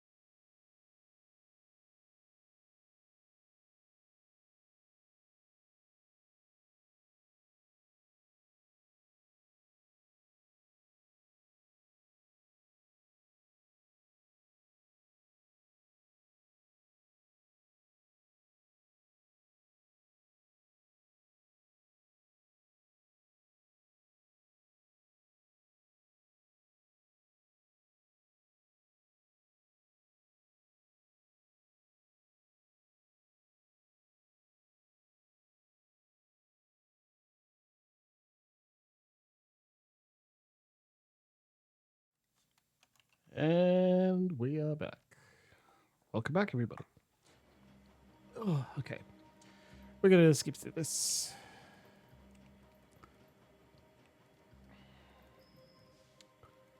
Cool. Nothing there. Anyway, I also made a martini, but an interesting martini. We're going to see how it turns out. I had 1.5 shots of gin, so I used 1.5 shots of cinnamon gin, and like slightly cinnamon gin, not super cinnamon gin, and a half shot of my coffee whiskey Blasphemy by St. Ellie and Archie Rose, which is delicious, as well as because that's a really, really dark whiskey. What happens if we add an extra fuse to bathroom? Nothing. Okay.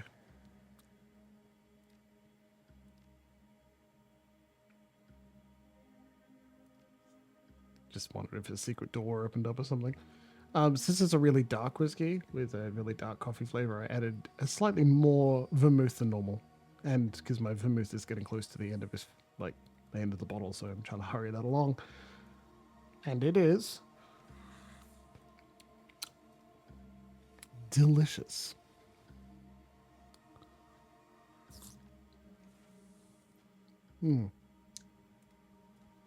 Yeah, wow, that is interesting. God, I would recommend that for other people to try, honestly. If only I knew more people who actually enjoyed martinis. Okay, maybe we can get our characters over here. They're kind of all bunched up, aren't they? Anyway. Yes then, open fire! Solid hit. Target acquired. Light cover from an ally. You keen? Oh, cleric. I didn't know you enjoyed martinis. Maybe you're a Cosmo? And that allowed me to say what, like, enjoy, like, honestly, what I say often about Cosmos. Yeah, they got a reputation for a reason. They're fucking great drinks. Absolutely beautiful. Yeah, it's on my list. When I was like, hey, board game? And I thought, yeah, another board game day. That'd be great. And I didn't get around to it because lots of stuff happening all the time.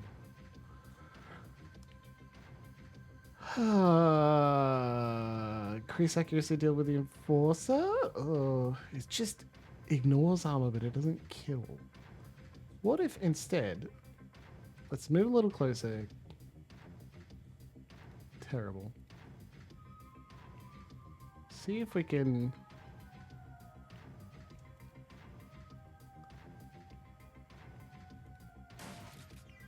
Yeah, not bad. Miss, still hit 2 of my people, so can't be that bad, can it? Or whatever. Yeah, I don't know if I... Because I like to try everything. Lol. There are absolutely a lot of things. I don't know if I specifically have a... I'd say martinis are often one of my favorite drinks. And similar, but it's... Because I like to try nearly everything, I end up ordering different things all the time anyway.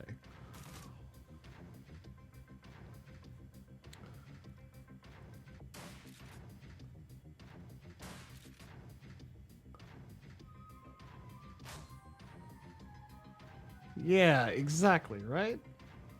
I mean, that's the joy in life. There's so many interesting things to try. You want to go for it.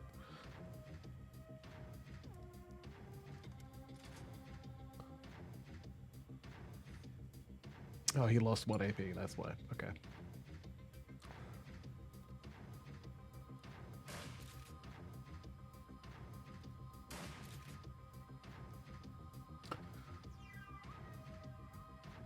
Why, I'd love to blame lag.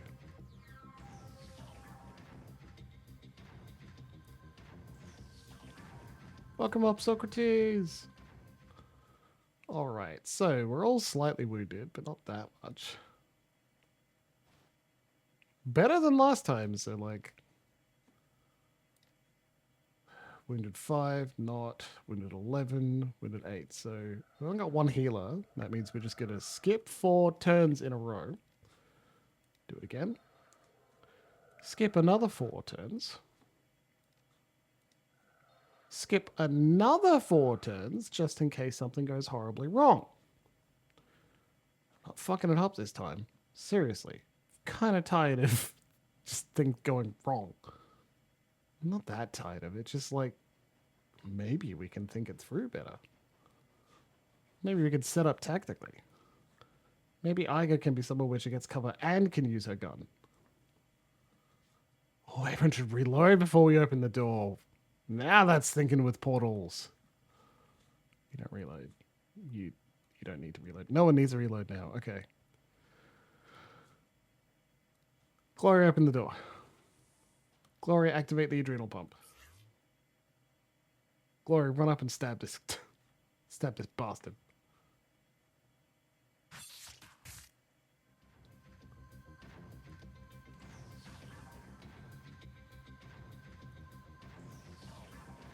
Ugh, alright.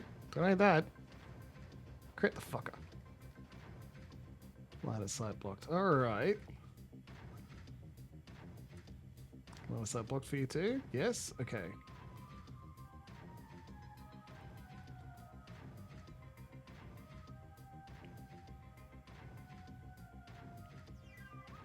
%, chance. 66, 81.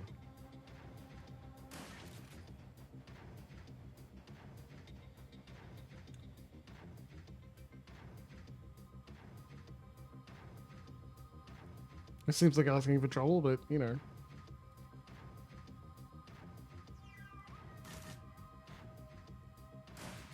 Oof. They are definitely trying to kill Pendrelin over anyone else, aren't they? Yeah, there you go. Crit for 27.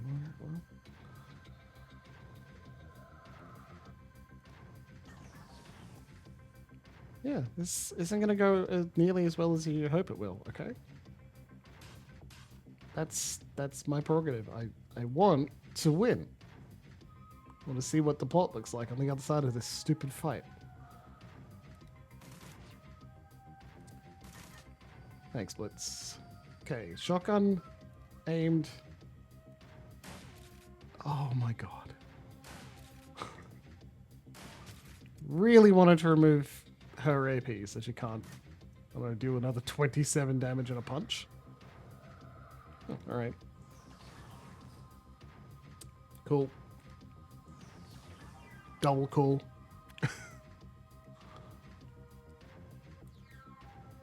Get him, paw.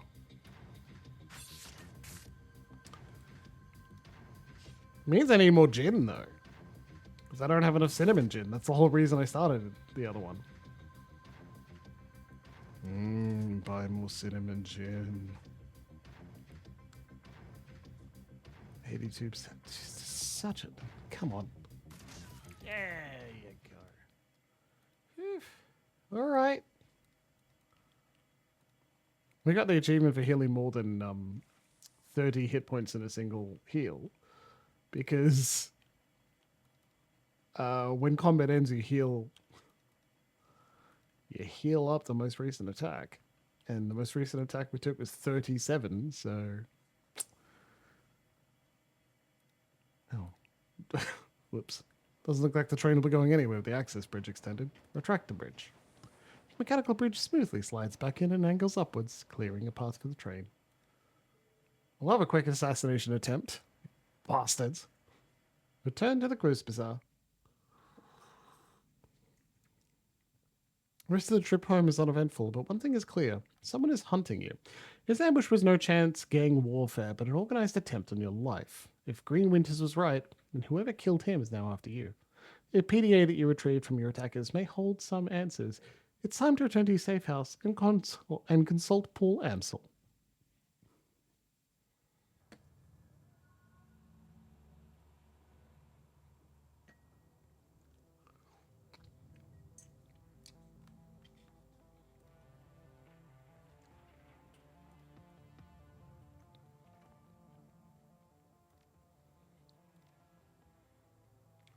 You accepting donations? Work program has been a rousing success. At this point, we have only one more goal in mind to round out the year.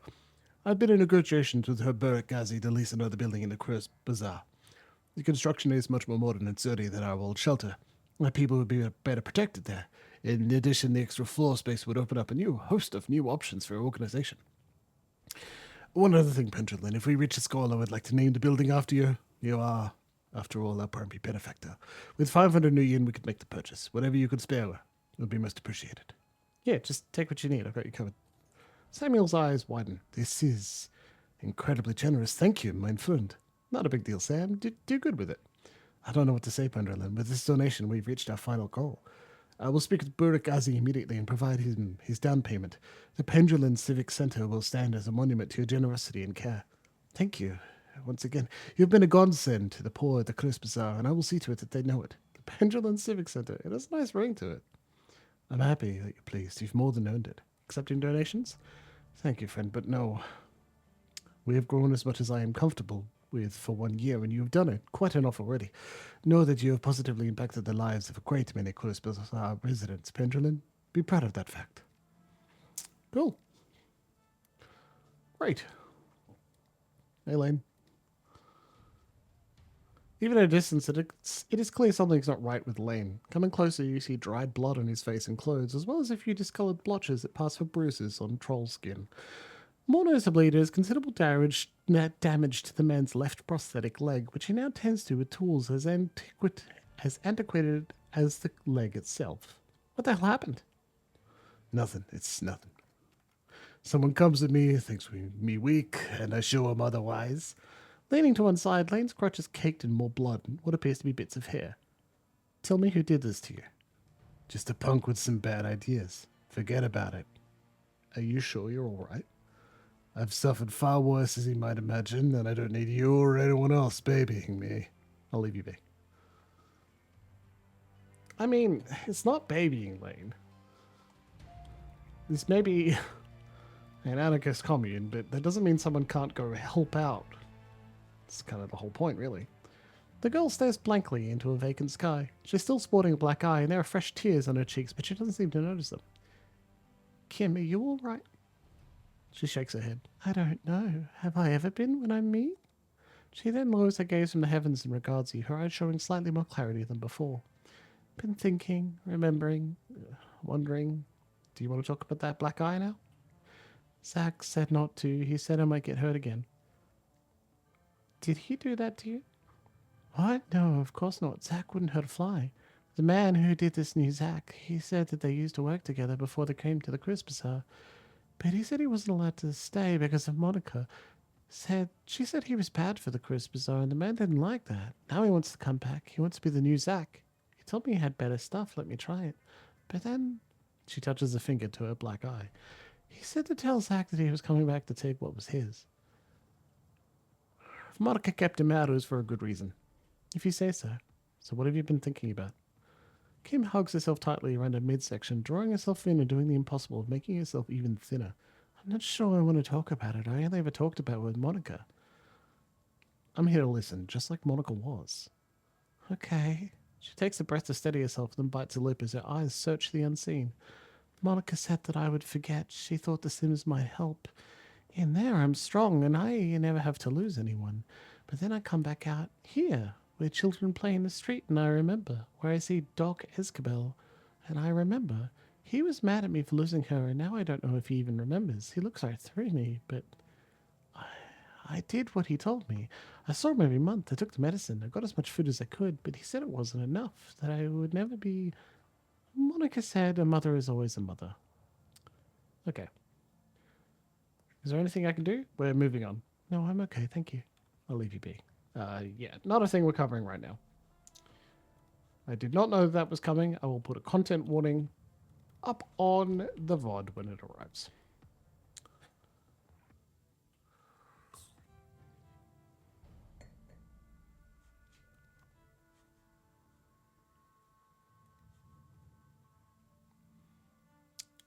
Lucky Strike stands in a customary place, her gear piled atop a nearby bar stool. Once, she isn't smoking. She gives a small nod as you approach. Hey again, Pendulin, what's up? See if you've got a team up in Mitt. I'd like to hear a little more about them. She shrugs. They good people. They get the job done. What else do you need to know? A little more than that? Some details would be nice. All right, sure, why not? We got Rakta, he's a rigger, an immigrant from the Russian Republic, genius mechanic and engineer. The guy built his own crawler form drone, and he's impressive as hell piloting it. There's Barracuda, the team's shaman and face man. He's an elf in his mid-40s. He's got the whole silver fox thing working for him. He conducts most of our negotiations. Great card player. Hanshin is a decker and requisite tough guy. Troll, huge, covered in tats and piercings. You know the type. Pretty sure that he and Barracuda have a thing going on, but they'll never cop to it.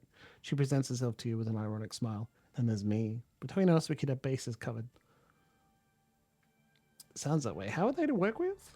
Solid. We're all on the same page. Nobody's afraid to speak his mind. We get it. We'll get how a crew of anarchist runners is supposed to work. Even Rakta, who's still pretty new to the scene here in Berlin, it gets tense from time to time, but it's supposed to get tense. Better than that than have to defer to a leader and follow orders. We're all free, and we know it.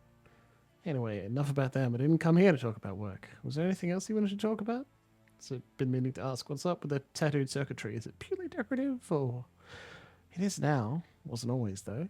She stretches her neck so that the circuit pattern on her face can catch a light. We need to...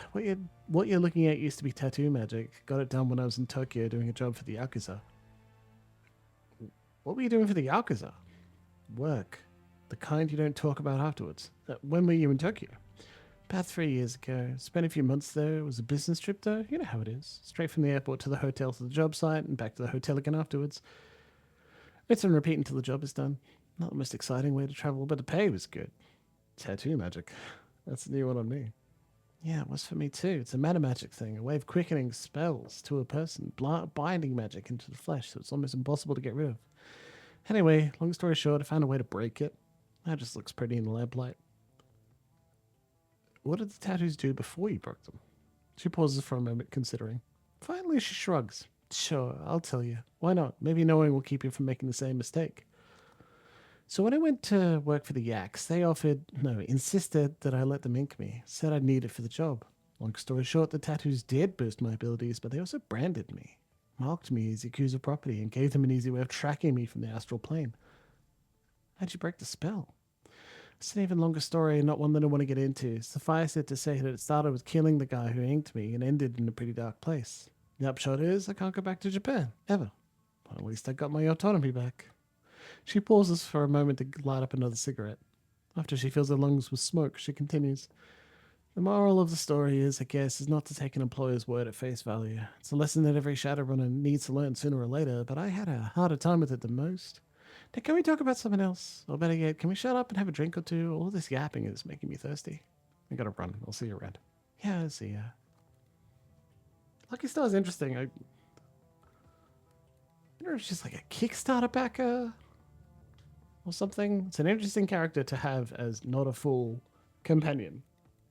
Just someone you can hire to take on missions. Maybe you need to hire and take her on several missions to get her full story. Who knows?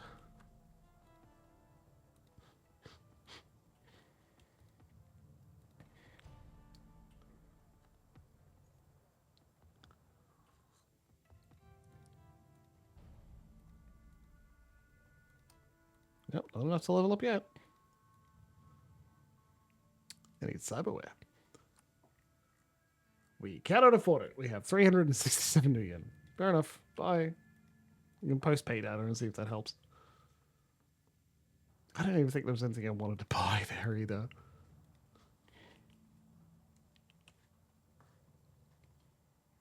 Welcome back, my friend. What can old Zach get ya? What's the deal with the special concoction? This is normal.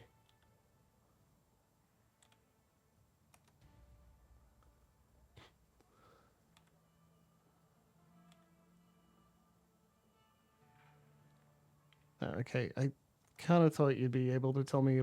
That's just the dialogue we've seen from Zach several times every time we drop by on him to talk. I was hoping there'd be something else, like talking about the person who tried to hurt. Yeah. Anyway, guess not.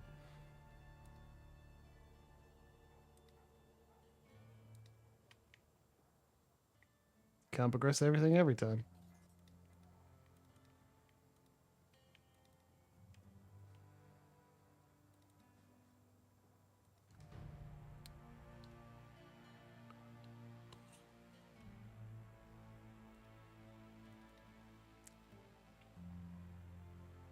As you approach a counter, you find Absinthe counting a bundle of antique paper money in the till. She doesn't bother looking up. Dark things lie ahead for you, Pendulum. You'll wade through a sea of corpses before this night is through, with something at your back that I cannot see. She fidgets in agitation. I can't look any longer, I'm sorry. Another prophecy. The last prediction that you made came true. How did you do that? You are confused. I didn't do anything. I merely related what I saw. She blinks and looks away. What I shared with you was an observation, nothing more. That's all I needed. Be well, Elf. Yeah, that's all I wanted. Like, I don't think we have the money to buy any new spells from Algernon. Even if I kind of want to. I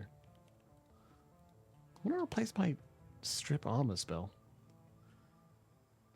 Hey, pal. I missed you. Got any stories for me?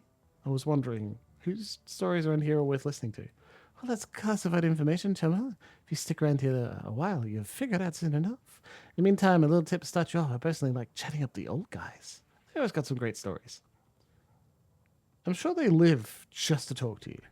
They sure do. One of the guys, Shruddy, he just lights up whenever I come by. He's always got something to say, though, even though it's often about the same stuff over and over again. He just needs to tell people about what he's working on. Seems like the kind of guy who could live in a hermit's life, but to me, it's obvious he needs someone to talk to. Maybe it helps him work. I don't know. Also, Atug, if you can get him to shut up about his coffee for a minute. He's got a real shtick, doesn't he? It works for him. He had to make some sort of living here in the Cruise Bazaar, you know. He's not got a trade skill. He's not goblinized, so couldn't hang out with Beckenbauer. If he happened in a normal shop, he'd be asked by someone thinking he's stealing their job just because he's not German. The coffee shop was a good option because it's obvious. He stays exotic. He does what they expect of him with the intel and stuff. She pulls absentmindedly and some hair in her face. Sorry about the intel dump. It's not really very useful information. And you'd probably guessed anyway at this point, but you asked, so you've been a real doll. Gotten way too much information out of me, though, yeah? I'll see you around. I messed up that read. Oh well. Okay. The safe house.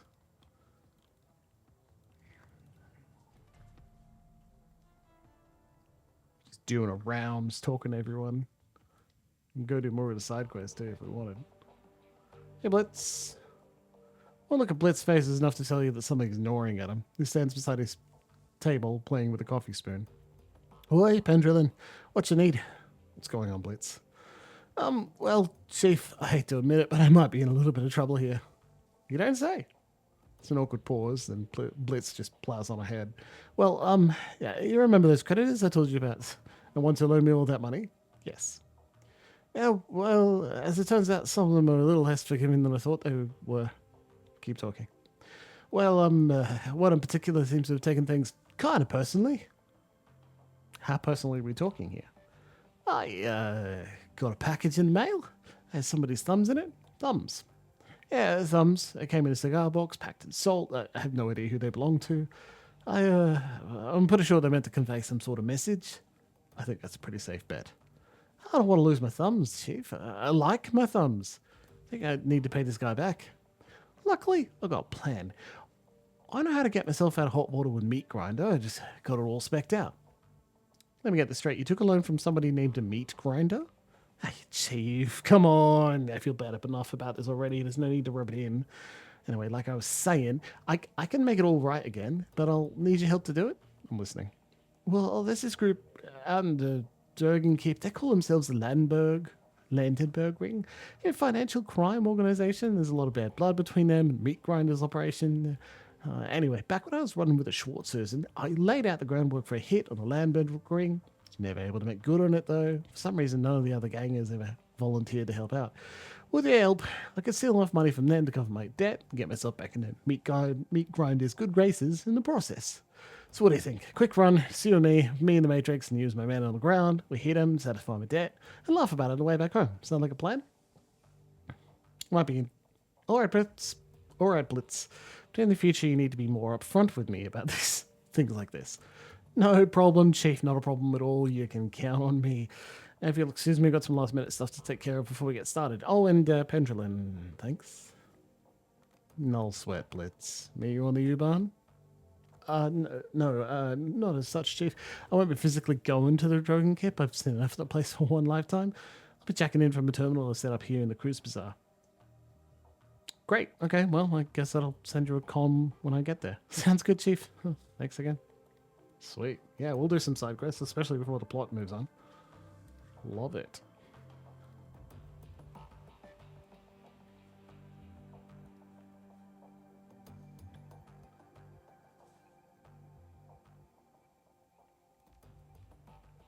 Shadowrun, post-pay data, chemical research. Search relevant.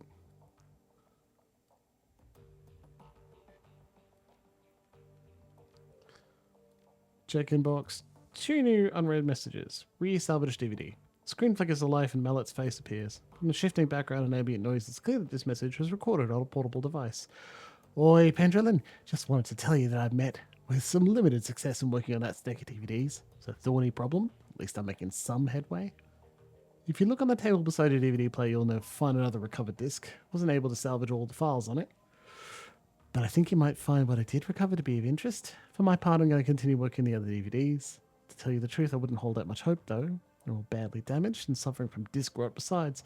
I'll be in touch. My best to you and your team. The message ends and the image fades. You find yourself back at your inbox. Recovery. Silky, Pendrelin. Hi, Pendrelin. This is Silky from the hotel. I hope it's okay that I'm writing you. Samuel gave me your email address. Anyway, just wanted to thank you for everything you did for me. Kicking my cram habit was the hardest thing I've ever done, and I don't think I would have tried if you hadn't talked me into it. To celebrate my newfound sobriety, I've decided to sign on as a volunteer at the charity.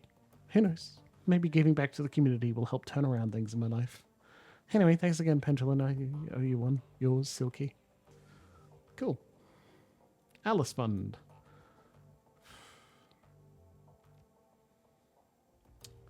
Hey, I go. Pendrelin, any thoughts about that last run? It's a nice change of pace, simple job with a straightforward objective. Not happy with the hit our reputation took. You shouldn't be either. We need our clients who can't afford to get blacklisted. But at least you did the right thing in the end. Do you trust me, Argo? Pauses for a moment, considering. Finally she nods. Yeah, I do. You've earned that much. I haven't always agreed with your decisions, Pendrelin, but you've proven your competence. Certainly fair for me to acknowledge it. Then tell me what happened to your team. This again, why do you even care, Pendrelin? Because it's pretty clear that if you had your way, you'd still be with them, and a good leader places a priority on knowing his team. She slowly nods. All right, I'll tell you. I suppose that you deserve to know. What happened to us was Hoffman. He's a rookie, the kid of some big money corporate exec. He looked good on paper. He made it through KSK training, so he was technically qualified to join a team. But he was way too green to fit in with ours. Sealy wanted to be a hero, and his family had enough clout to get an assignment of his choosing. I don't know how many strings Hoffman's daddy had to pull to get him assigned to our team, but he pulled them. Hoffman became our 9th squad mate, despite Metzger's objections. Anyway, flash forward a few weeks, we're closing in on one of the Russian mob's major trafficking operations, using a series of warehouses 50 miles from the border as a staging area for our convoys. Women and girls from Eastern Europe were being housed there. When the convoys came, they'd be crammed into cargo containers and hauled across the border into Germany. Go to any brothel along the border, have a look around. Chances are you'll find at least a few girls who spent some time in those warehouses. Slovakians, Hungarians, Poles, you name it. The mob has been smuggling them over for decades. But we were in a position to derail their operation, and we weren't going to let a new addition slow us down. We hit them by surprise, and we hit them hard. Fisher and Braun managed to take down the Banshee that had been patrolling the site. Wolf had reconnaissance drones overhead, providing battle tack feeds to the rest of us. We picked off their gunmen one by one. They had numbers on us. They didn't know where to hit us. We had eyes in the sky. We had cover and concealment. Every time they thought they had a fix on us, we'd shift positions and hit him again. I might as well have been fighting ghosts. And Hoffman broke cover and gave away our position. After that, all hell broke loose. Wolf went down first. The sight of it will haunt me for the rest of my days. An explosion, a choked scream, and this long, drawn-out gurgling sound. When he died, his drones went down with him, and there were too many hostiles to track without them. Speaking of the gory details, Pendrelin, suffice it to say that my team was wiped out. I guess face clouds again. You can see the tears beginning to well in her eyes. I watched Metzger die. With a visible effort, she clamps down on her emotions and calms herself. When she speaks again, her voice is flat. I took 3 rounds myself. I had to drag myself back across the Oder-Neisse line into Germany. I almost died. So that's the story. My KSK career died with the rest of the team. The mission was illegal, after all. Off the books. There's no going back for me, so I wound up here. She looks you in the eye. Her tone is impassive. Did that tell you everything we wanted to know, fearless leader? Are you satisfied now? Yes. Thank you, Igo. So tell me, what's the takeaway from my tale of woe? I figure that you've got to have one. When Monica died, you blamed me because I was new to the team, but I'm not Hoffman, Igo. Yeah, she nods. I know that. And you were right to a point. I might have judged you too harshly because of Hoffman, but everything else that I said was justified. Giving you command of this team is a hasty decision made for the wrong reasons, and I stand by that assessment. But between then and now, I've been watching you like a hawk, and you've grown, Pendulum. You weren't the right choice to lead before. I still believe that, but you are now. Thanks, Igo. Good talk. She nods. Until next time. Nice. Gloria's pallid face lights up at your approach. A genuine smile spreads across her lips. Pendulum, good to see you. You too, Glory. How are things with you? She pauses for a moment, considering. You know what? I'm happy, actually, for the first time in a long time. I have you to thank for that. You ready to tell me about that chrome you spotted? Be patient, Pendulum. The explanation for that is coming. A look of unease flits across her face. I'm not sure that you're going to like it, though. You needed time, and I gave you time. Are you ready to talk about Feuerstale yet? Yeah. Glory looks troubled, more so than you've ever seen her before. Whatever memory she's dredging up must be exceedingly painful. I'm not gonna lie, I haven't been looking forward to this, but yeah, it's time. Pendulum, look, I'm about to tell you some things about myself that might change your opinion of me. It's entirely possible that you're going to hate me based on what's coming up next. I've accepted that, and if that's what happens, I sincerely believe that I deserve it. She looks you in the eye, her expression grim. So tell me, are you sure that you want to keep pushing forward with this? This is important for you, Glory. After everything we've been through, I think we both know that. Whatever you have to tell me, I'm ready to listen. Thanks, Pendulum. Thanks for being a friend. So when we left off last time, I had just moved from the streets of Tübingen to the warm, inviting confines of the Feuerstelle. Marta and I were happy there for a while, and Harrow embraced me as a long-lost order. Should probably take a moment to talk more about Harrow, who's going to be an important figure in this story. I don't know what his age was. He seemed old enough to be paternal, but young enough to hang with the kids on something like a peer level. Best guess, I'd say he was in his mid-20s. He was handsome and well-built with a neatly trimmed beard and thick brown hair. And there was something else about him, something uncanny. Harrow had this charisma, this raw, magnetic attraction that made people latch onto him. I saw it over and over. All it took was a few words and a pat on the shoulder, and Harrow would have a new convert. The other kids at the farm followed him around like lost puppies. As much as I loved Marta, and as much as I thought she loved me, we forgot all about one another when Harrow was around. All that we wanted was to be close to him, to be part of his inner circle, and soon enough, we were.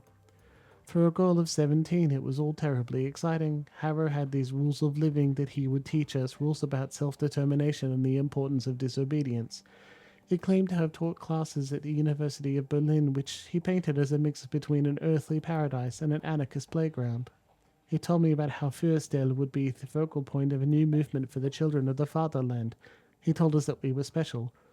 We ate it up, of course. We were kids. For those of us in the inner sanctum, Harrow would share even more. He had power the likes of which I had never seen. Not my father's drunken fists or my own childish experiments, but genuine, incredible power. He said that it came from the horned god, an ancient deity that he venerated. He knew about my latent abilities right away, and he offered to teach me. Naturally, I accepted. I've heard of the horned god. His followers have a poor reputation, especially among women. Any bad reputation then they might have gained is well deserved, but there was more to it than that, as you'll see. Glory sighs. Hang with me, Pendulum, rough waters ahead. So I became Harrow's apprentice. He taught me to channel magic and summon spirits. He taught me rituals and pagan traditions, Machiavellian philosophy and Nietzschean ethics. Above all, he taught me to connect with his horned god, and through it I learned power and arrogance. and it was all downhill from there. For the next few years, I lived at the first cell as Harrow's enforcer and right-hand girl. I was also his sometimes wife and concubine, but that was a distinction that I shared with all of the girls in the commune, including my beloved Marta. I came to learn that she'd been his long before she met me, but by that point I didn't care. I'd embraced the rules of living. I was Harrow's creature through and through. I didn't ask questions, and I walked the path that was in front of me. Other fun facts about those years: I learned cruelty. I had power now, and my new idol encouraged me to use it. Harrow did the same. Any children who didn't pull their weight were subjected to my tender mercies, and I was anything but tender. I took what I wanted rather than asking for it. I liked it. It was fun. I also came to learn that Harrow's horned god was not the icon first worshipped by throwback cults across Germany. It was certainly a god with horns, but it came from an altogether different tradition. Care to hazard a guess? I want to hear you say it. Satan, Lucifer, Old Scratch. In the magically active community, we refer to it as the adversary. Whatever you choose to call it, it's every bit as bad as it sounds. So my idol, the ancient deity that was feeding me my power, was the antithesis of everything that is right and good. And you know what? I didn't care. In our time together, Harrow and I committed more atrocities than I could count. At this point, I was onto all of his tricks. I knew that the fair cell was nothing more than a honey trap carefully designed to lure local children into my master's clutches. I knew that the kids who seemed resistant to Harrow's brainwashing techniques wound up fertilizing the garden. I knew that Harrow's entire manifesto was bullshit. And I knew that through it all, Harrow and the adversary were laughing because I was laughing right there beside them. I don't want to pin the blame for my decisions on anyone but me. That said, I would like to posit that my father's connection to the Crusaders might have helped play into my willingness to serve the adversary. In my warped, indoctrinated little brain, I equated the church with evil, so the opposite of that, I figured, had to be, well, if not good, then at least not totally bad. But I was kidding myself, of course. My new deity was the very definition of bad. Serving it made me bad. End of story. You can't excuse the choices that you've made, but I can understand why you made them. That's big of you, Pendrelin. I genuinely mean that. Glory takes a moment to steel herself, then continues on. Anyway, one day Harrow invited me on a field trip to Stuttgart. Over the years that I was at the Firstel, the commune had easily doubled in size. It was thriving, all thanks to the efforts of Marta and the girls like her. Harrow would send the girls out to neighboring cities to lure in the street kids that nobody would miss. He targeted children because they were easy to indoctrinate, and because nothing makes the adversary happier than the corruption of the innocent. As we drove out to pick out the new recruits, I was already planning ahead. It was a foregone conclusion that I would pay my father a visit. The irony of a group of crusaders getting immolated by a genuine servant of the actual devil tickled me to no end. So when Harrow stopped to fill up on diesel, I hopped out of the van and headed out on foot to my parents' place. Harrow wasn't overly concerned about my absence. I had long since reached the point where I could assert my autonomy, and he knew that I would be back. I wound up at my old folks' house sometime around noon. I could hear the adversary whispering in my ear, telling me what to do. I'd long since learned to listen to its voice. It always rewarded me with extra power when I did its bidding. It told me to knock, so I did. As the door opened, I could feel a torrent of flames welling up in the astral plane all around me. It told me to channel them into the doorway, into my father. So I did. But of course the person who opened up the door wasn't my father. It was my mother. As I watched her flesh blacken and melt, as I heard her scream and broke into hysterics, I heard the adversary laugh. And at that moment I realized it was laughing at me. I'm so sorry, Glory. Glory nods, a grim expression on her delicate face. Thanks. We're almost to the end now. Thanks for sticking with me. It was like a lever had been pulled. All at once the bubble popped. I wasn't a powerful servant of the adversary. I was not Harrow's number one girl. I was a ridiculous little fool who'd willingly tied her soul to the worst thing in existence. Realizing all of this was one thing, actually fixing it was something else entirely. I knew that I had to get away from Harrow. That was the first thing to do, so I bit my lip and did my best to ignore the happy babble of the new recruits on the trip back to the Fyrstell, and I managed to get them to the ride without screaming. Once we were back at the commune, I broke into Harrow's safe, stole all the commune's resources, and ran. I don't know when Harrow realized what I'd done or whether he even cared. All I know is that nobody came after me, so I kept running and running until I got to Berlin. Getting past the wall was fairly simple. You know how easy it is to obtain falsified papers. The biggest obstacle that I faced during my flight was the adversary itself. I could run from Harrow, but how do you run from something that's tied to your own soul? Oh God, Glory. The haunted look in Glory's eyes is heartbreaking. She gives you another curt, grim nod. I walked into the office of the first street doc I could find, pointed at all the biggest, bulkiest pieces of cyberware that he had on display and told him to put them into me. Tried to upsell me on better merchandise, arguing that what I was asking for was old and inefficient, better suited to be installed in a museum than in a body. He told me that I'd be shredding my essence, and that once it was gone, I'd never be able to get it back. I stuck to my guns. After all, shredding my essence was the whole point. Glory looks up at you. Her eyes are sunken and hollow, and the aura of loss about her is palpable. She looks like a woman who's been through hell. That's all for now, Pendulin. You've heard the tale. You know why I am the way I am. You know the things I've done and how much I have to atone for. If you still want my company, fine. If I've lost your friendship, I understand that too. But for now, I need to be alone. Whew. Satan, not a nice guy, apparently. Jeez. Pendulin, welcome back. I have news for you. In your absence, I've been looking into the Harfield Manor. Whatever the Feuerschwinge is up to, it is both Feuerschwinge is both large-scale and well-funded. I have uncovered a money trail leading from holding companies all over the world to an offshore fund with a dummy address. From there, all of that freshly laundered money flows directly into the Harfield estate. Wait a second, why does the dragon have investors? That doesn't make sense. It's doubtful that the Firewing pawns even know where that money is going. This is typical of draconic plots. While I uncover a stream of money flowing behind the scenes, there's a fair chance you'll find a dragon at the receiving end of it. To a dragon, conspiracy is second nature. But the Firewing was different. She didn't scheme or plot, she acted. Yes, and look where it got her. When the Firewing launched her attack on humanity, it was an act of hubris. She lashed out because she didn't consider our species to be a threat. It would be equally hubristic of us to assume that she will make the same mistake twice. I'll continue digging into this while you and the team tackle your next run. With luck, I will have more information to share upon your return. This sounds good, Paul. One last thing, Pendulin. Mellage was able to restore the readable surface of one of the Green Winters DVDs. If you'd like to take a look, you'll find it sitting behind the player. I'll check it out.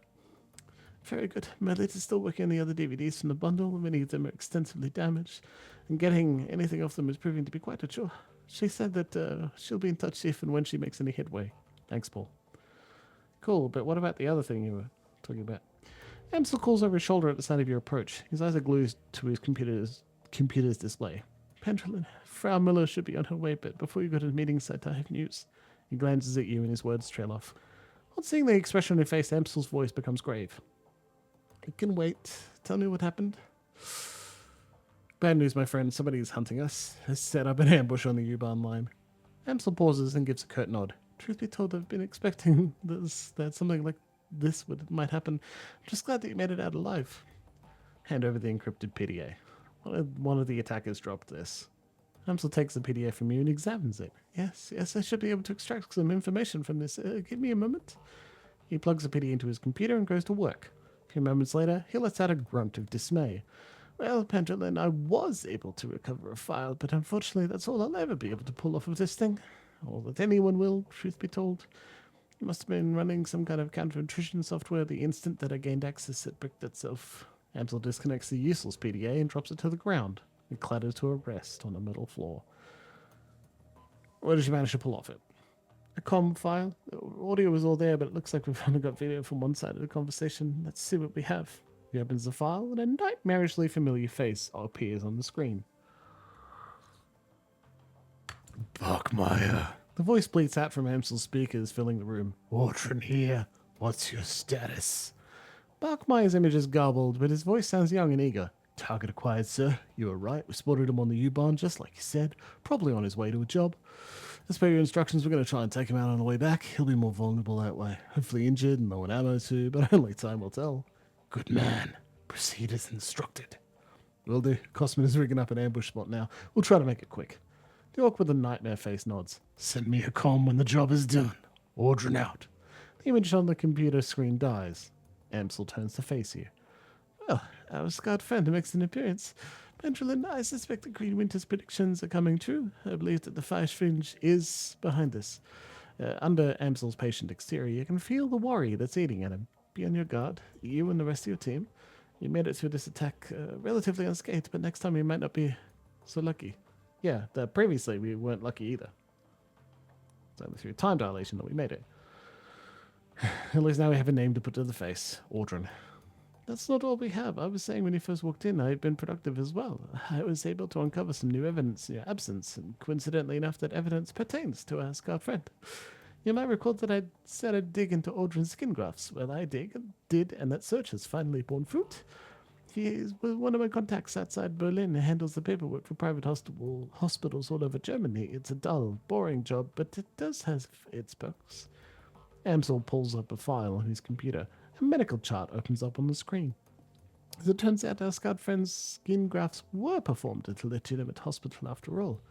Some good news for once. What do they say? Well, they're rather light on identifying information. Our friend's name is listed as Max Musterman, the local equivalent of John Doe. But they do cover his injuries in great deal. Audrin's injuries were extensive. He had 2 broken ribs and a shattered pelvis, and he sustained third-degree burns over 60% of his body. Most damningly of all, he was suffering from acute radiation poisoning. His body had absorbed over 5,000 millisieverts of ionizing radiation, a lethal dose without treatment. Calling StreamDoc to confirm. Information dries up at this point. We know that he was treated and discharged, but what happened afterward remains a mystery. He pauses for a moment, studying your reaction. Your thoughts, sir. Hold nothing back. I'd like to hear everything that comes to mind. All those burns sound like dragon fire. But if the Firewing burned Audrin, why would he be working for her now? I don't think that Audrin is working for the Firewing. I believe that he is serving her. On Green Winter's second DVD, he mentions that there is a cult within the SOX that worships the Firewing, the disciples of the Cleaning Fire. I believe that Audrin belongs to this cult. That's bad news. There's nothing more dangerous than a zealot. My thoughts exactly. A hireling can sometimes be bribed or reasoned with, a pawn can be liberated, but if the Firewing soldiers look upon her as a goddess figure, nothing short of killing her will deter them, and even that might not stop them. So it is possible that Audrin is a dragon cultist. This seems to fit with much of the other information that we've uncovered. Did any other red flags jump out at you? Audrin might have spent some time in the SOX. That radiation poisoning didn't happen on its own. Agreed. 5,000 millisieverts is a lot of exposure. Short of basking in the glow of an unshielded reactor, I don't know how he'd have absorbed that much ionizing radiation without spending time in the SOX. Alright, so Audrin was heavily irradiated, most likely spent from time spent in the SOX. What else does this tell you? The hospital couldn't ID Audrin. Either somebody covered his tracks for him who was living completely off the grid. Indeed, if Audrin were a denizen of the SOX, a glowpunk, his lack of identifying information would make sense. Amsel adjusts his glasses. So working theory, at any rate. To sum up, Audrin has probably spent time in the SOX. It's possible that he lived there as a member of Feuerschwinge's dragon cult. And he is after you. Amsel pauses for a moment before continuing. In my mind, all of this reinforces one fact. We need to find Vauclair, and we need to do it fast. Agreed. Good. That's all the more reason to gather Alice's fee as quickly as possible. There is a buzzing sound on Paul's wrist. He lifts his hand to look at his PDA. And as luck would have it, Frau Muller has arrived. Best of luck to the meeting, Pendulin. Remember, this is urgent. We need that money. I'm on it. Urgent, you say? I'm going to watch some DVDs.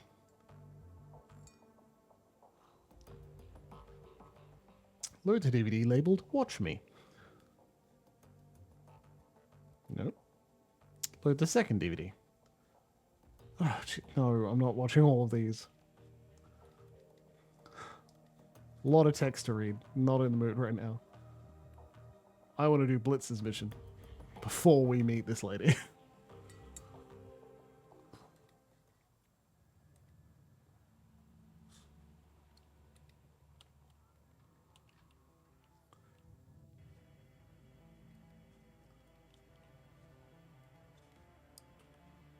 Blitz. Level up? No? Okay. Ooh. Move speed. Better deck. Nice. You should meet with Frau Molo before leaving the Crow's Bazaar. Ah, you bastard.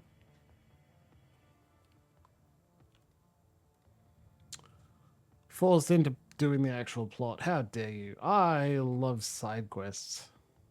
Don't take that away from me.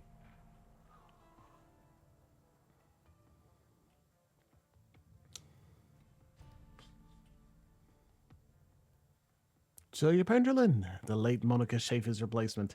Looks to see you up and down the nods. Good, you look the part. Let me get right down to business. My organization would like to retain your services for the indefinite future, but first we're asking you to go on a trial run, an audition of sorts, to prove that you're the right man for the job.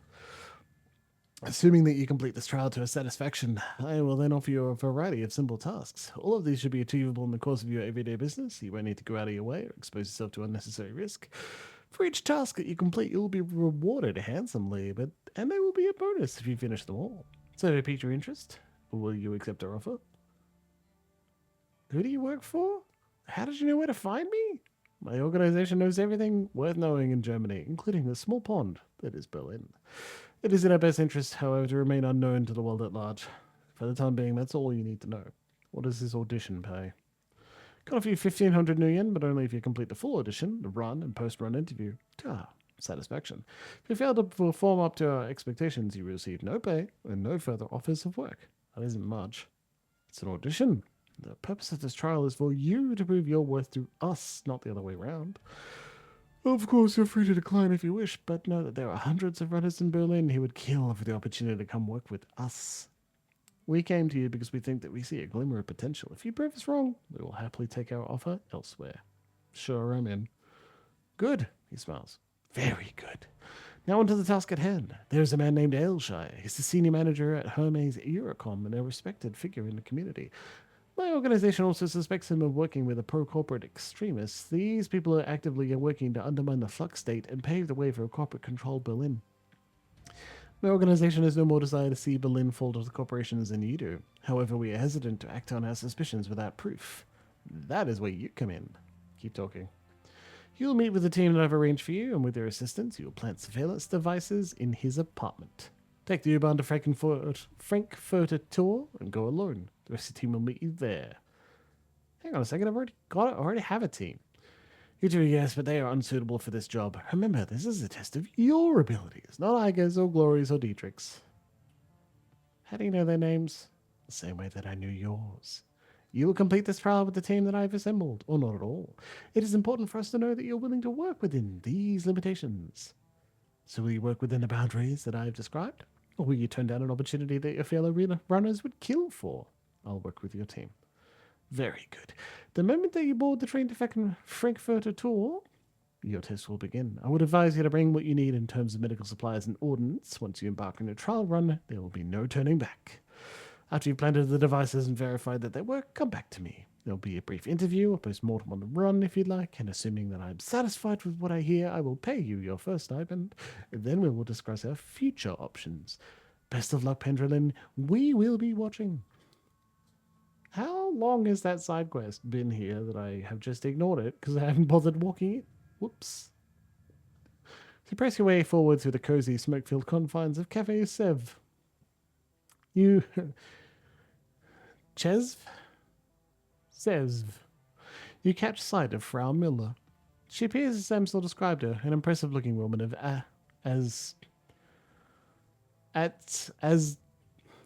Lena descent, with coffee-colored skin, and dark wavy hair. Everything about her screams corporate executive, from her expensive-looking suit to her tastefully understated makeup. She's obviously nervous, but she's hiding it well. She locks eyes with you and hesitates only slightly before speaking. Pendrelin, I presume? Her Amsel told me that I could meet you here. He wasn't lying. He said that you had a job for me. She holds a silence for a moment, then nods. Yes, I do. In truth, I am in desperate need of your help. Then tell me what you need, Frau Muller. She offers you a small smile. An assumed name, obviously, but I have been told that this is how you people do business. She straightens in her seat and tries on a smile. It hangs there for a second and fades away. She smiles. From my accent, you've no doubt inferred that I'm a Aslainer. Further, you've guessed who I work for. You tell me, I'm not in a business of guessing. As technology, the only Aslan-based corporation operating in Germany. I've been with the company for over a decade. Over the course of my employment, I've worked on a great many projects. From the innocuous to the obscene, my hands have touched it all. Never once did I question the wisdom of research. Never once did I consider blowing the whistle on my employers. I kept my nose down, worked hard, and excelled at the tasks set before me. They must love you there. No more than any other employee, but my commitment and work ethic were recognized, and I ascended the corporate ladder fairly quickly, which brings me to where I am today. Last month, I was transferred here from my home in Tenochtitlan. They told me that an employee of my caliber was needed in Berlin, and I would be working on a project with wide-reaching applications. The only other detail I was given was the name of the project, Bloodline. That doesn't sound good. She looks you in the eye, and for the first time you can see the cracks in her composure. She's doing a good job of hiding it, but deep down, this woman is terrified. I've seen many terrible things in my life, Pendrelin. In Tenochtitlan, blood magic is commonplace. Take a moment to imagine what that means. In the underground markets, people are bought and sold in chattel. Bought and sold as chattel. Street children are rounded up and bled like lambs. I witnessed all of these things by the age of 12. She takes a deep breath and lets it out slowly. Seeing such things, it changes you, makes you numb. But what I found when I arrived here was worse. This project, it horrifies me, Pendrelin, and it must be stopped. Tell me everything you know about Bloodline. She shakes her head. The less that you know, the better for both of us. You'll just have to trust me on that. You need only to know that it is evil. That is not a word I use lightly. All right, fine. What do you want me to do about it? She leans in and looks you in the eye. I want you to bring the building down. The computers, the research data, the mages, and the scientists that are working to bring about this abomination, I want them all burned to ash and buried in rubble. And no compromises and no exceptions. Her tone softens. I'm sure that you have unanswered questions. I'm not in the habit of dealing with Shadowrunners. In truth, I've spent the majority of my career living in fear of you people. But I do know that you're the only ones who can get this done. So tell me, Pendrelin, is there anything more that you need to hear from me, or are you ready to make a decision? What about any innocent people in the building? None of us are innocent, Pendrelin, but if you need to salve your conscience, rest assured that at the hour of your approach, the only personnel authorized to be on site will be security and senior members of the research team, and I assure you neither are innocent in this matter. If the Bloodline project reaches completion, nobody will be safe ever again. It sounds like hyperbole, but I know, but it isn't. The Bloodline project will lead to countless deaths. I am certain enough of this to hire you, despite the fact that doing so will probably cost me my own life. What can you tell me about building security? Expect it to be tight. In addition to the standard security team, As Technology has taken out a knight-errant high-threat response team contract to protect the building. Corporate doesn't seem to mind contracting a competitor for emergency response services. That should give you some indication as to the uniqueness of this project. At any rate, I believe I've come up with a solution to the knight-errant problem. I'll discuss the matter with you, Herr Amsel, if you decide to take the job. I'm not a demolitions expert, Frau Muller. How do you expect me to level a building? You don't need to be. All that you'll need is a competent decker. The facility is powered by a number of on-site generators. There are safeguards in place to prevent them from overloading. In the event of a power spike, the system is designed to shut itself down. But I know how you can disable those safeguards. Once the generators begin to overload, you'll have a limited time to reach a safe distance. The explosion will be quite catastrophic. Paul Amsel is my representative in these matters. Why couldn't you tell all this to him? I'd like to meet you in person, to look into your eyes and see the man behind the name. Now that I have done so, I am sure you are the one that I need. Naturally, I will send any further information about the job to Herr Amsel, provided, of course, that you accept. I reached a decision. Yes, and I'll take the job. Her face visibly brightens. In that case, it's a deal. I cannot tell you how relieved I am. Pendulum, thank you for helping me bring this nightmare to an end. I will iron out the remaining details with her Amsel. He'll want to talk this over with you anyway, I'm sure. You're a good man, Pendulum. You're saving more lives than you know. Nice. We're gonna go do a side quest.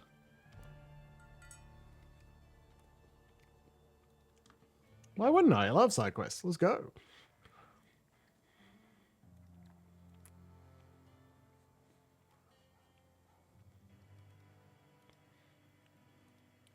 Side quest for Blitz. Side quest for Blitz. Travel to the Landenberg Rings Bank in Dragonkip to clear Blitz's debt. Now, I understand it is 10 minutes until we finish tonight, but we can at least start a mission, right? So that we're confused when we log back in.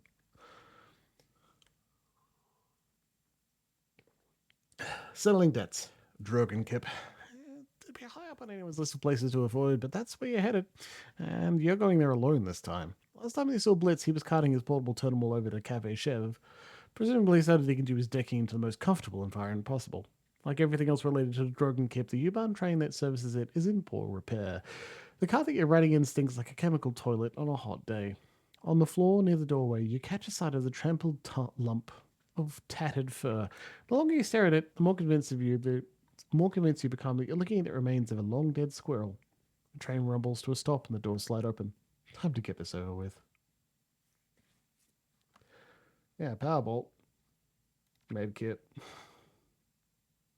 Medkit. That's it. Symbols plus side quest forever. Yeah.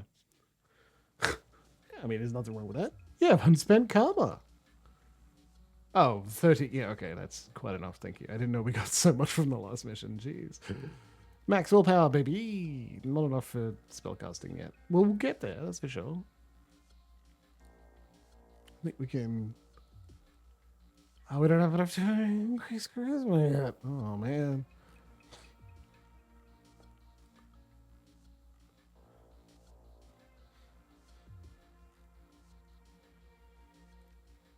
Chance to hit and range combat. No, let's just save it.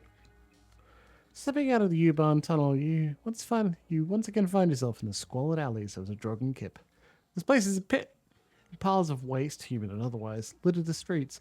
The gutted husks of commercial buildings stand hollow and empty all around you. The comlink crackles to life, and you can hear the distant sounds of Cafe Chezv. Merriment, laughter, the clink of silverware and china. Blitz's voice cuts in a second later. Hey, Chief, ready to do this thing?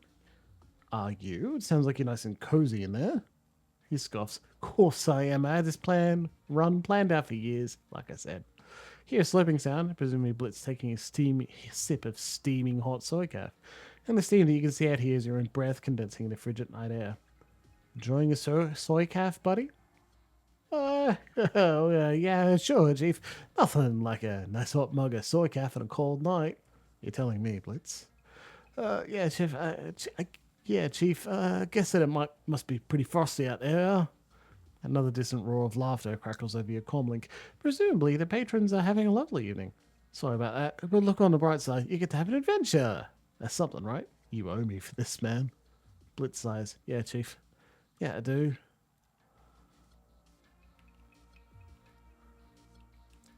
Yes, hello. I am supposed to be here. Plain-looking man in a fancy suit taps away at his PDA.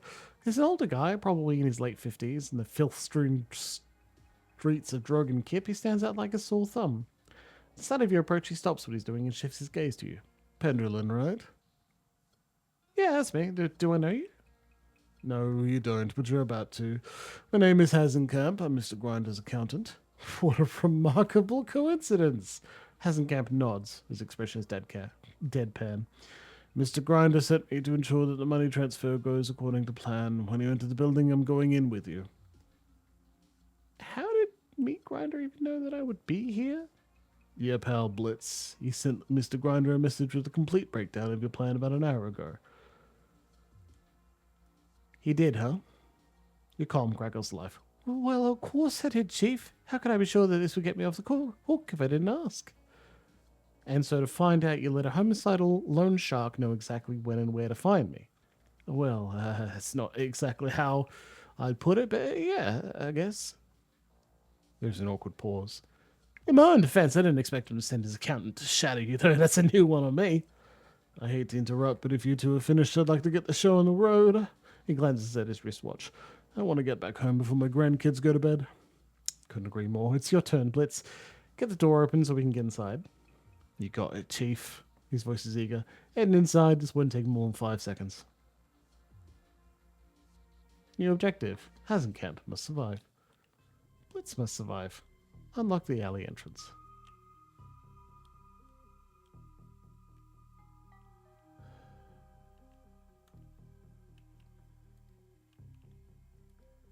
Gatekeeper Icy. Gatekeeper Icy program stands impassively, waiting to challenge all comers. Visitor identity unknown. Please present security code string. Let's see here. Override security access root command trapdoor. There's a brief pause, and the IC flashes twice. Access granted. Yeah, that's what I thought. Easy.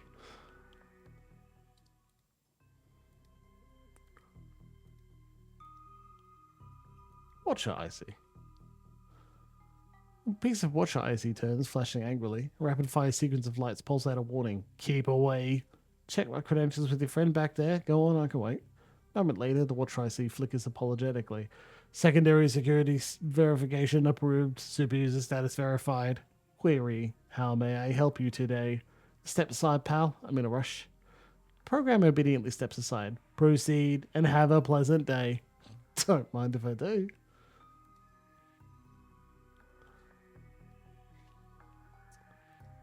I love all of these auto turrets that are just here, not being suspicious at all. Main system hardware firewall. Alley door. Hack node. Should do it, Chief. You're good to head on inside. The main server should be just ahead. Shocking display of competence from the red-haired disaster. That's what Mr. Grinder calls your pal, by the way. He's got a rep around these parts. For some strange reason, all his friends keep dying. Don't listen to this asshole, Chief. He shouldn't even be here. I don't know. He's kind of growing on me. Ha, ha, ha. Hate to burst your bubble, but I'm not overly enthusiastic about either of you. So let's just get this over with, all right? Fine by me. Anything else we need to know, Blitz? Yeah, I've hit the first firewall now. I'll need you to get in there and install that bypass for me. Got it. We'll go find a terminal.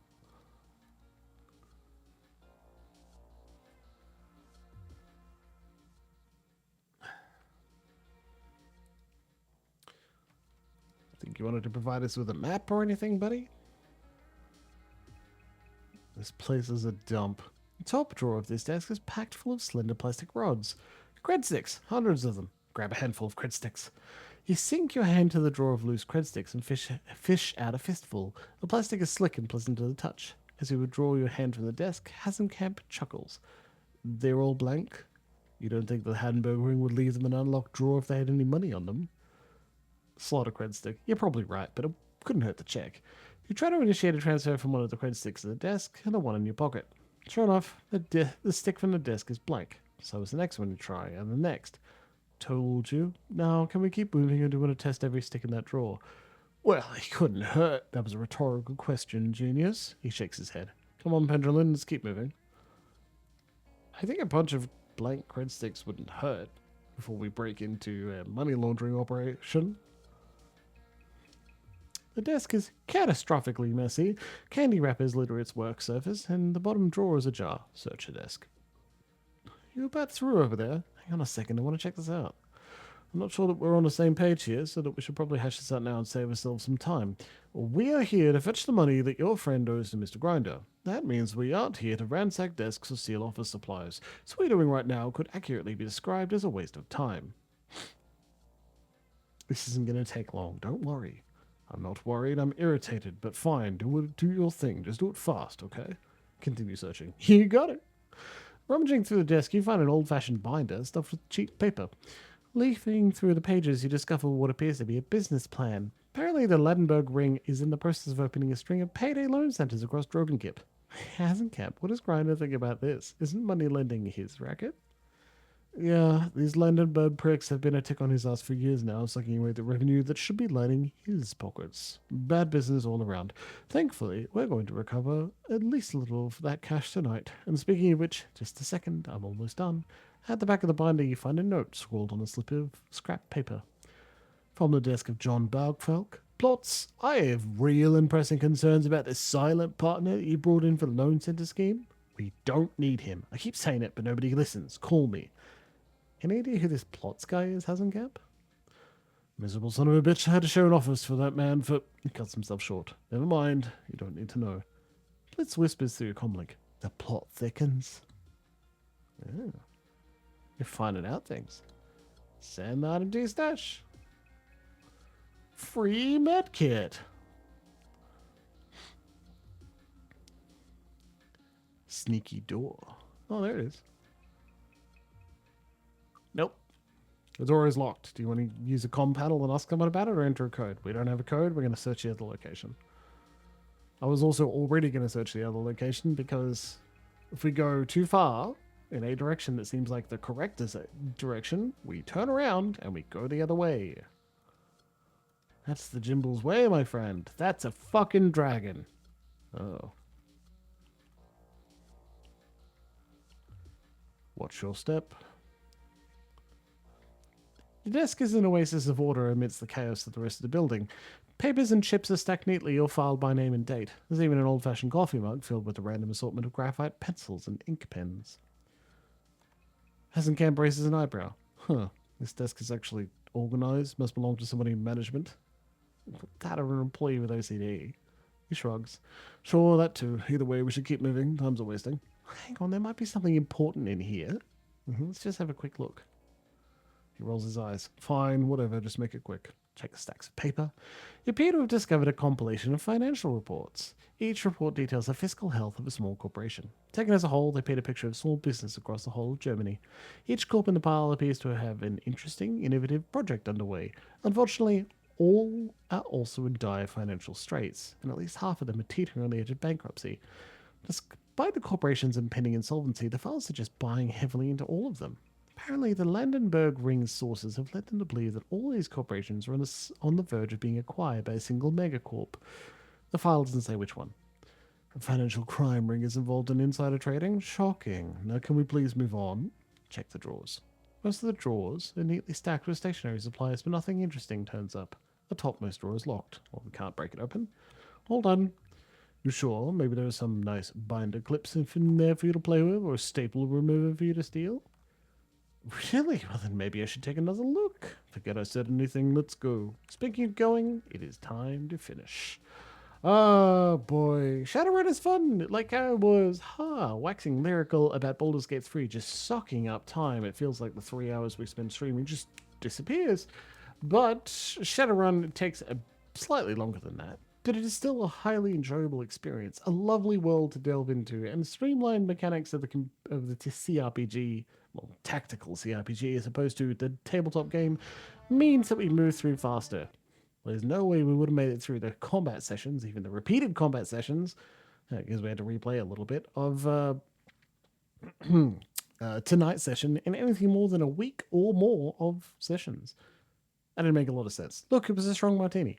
Anyway, I'm really glad to have had a stream on a Wednesday night, and taking the stream was privilege. If it comes between running something complicated and not wanting to run at all, or playing a game is a little bit easier, a little bit more gentle on my brain, I'm going to take the second one so that we get to spend more time together, because it has been lovely to see Luxie, Cleric Bard, Comrade, and Emma Stitches.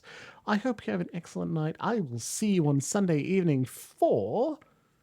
well, shit, it's supposed to be Shadowrun Dragonfall. It might be again. Who knows? Otherwise, remember to be kind to one another, remember to be sweet to your friends, and remember to tell the people you love that you love them very much. Good night, everybody.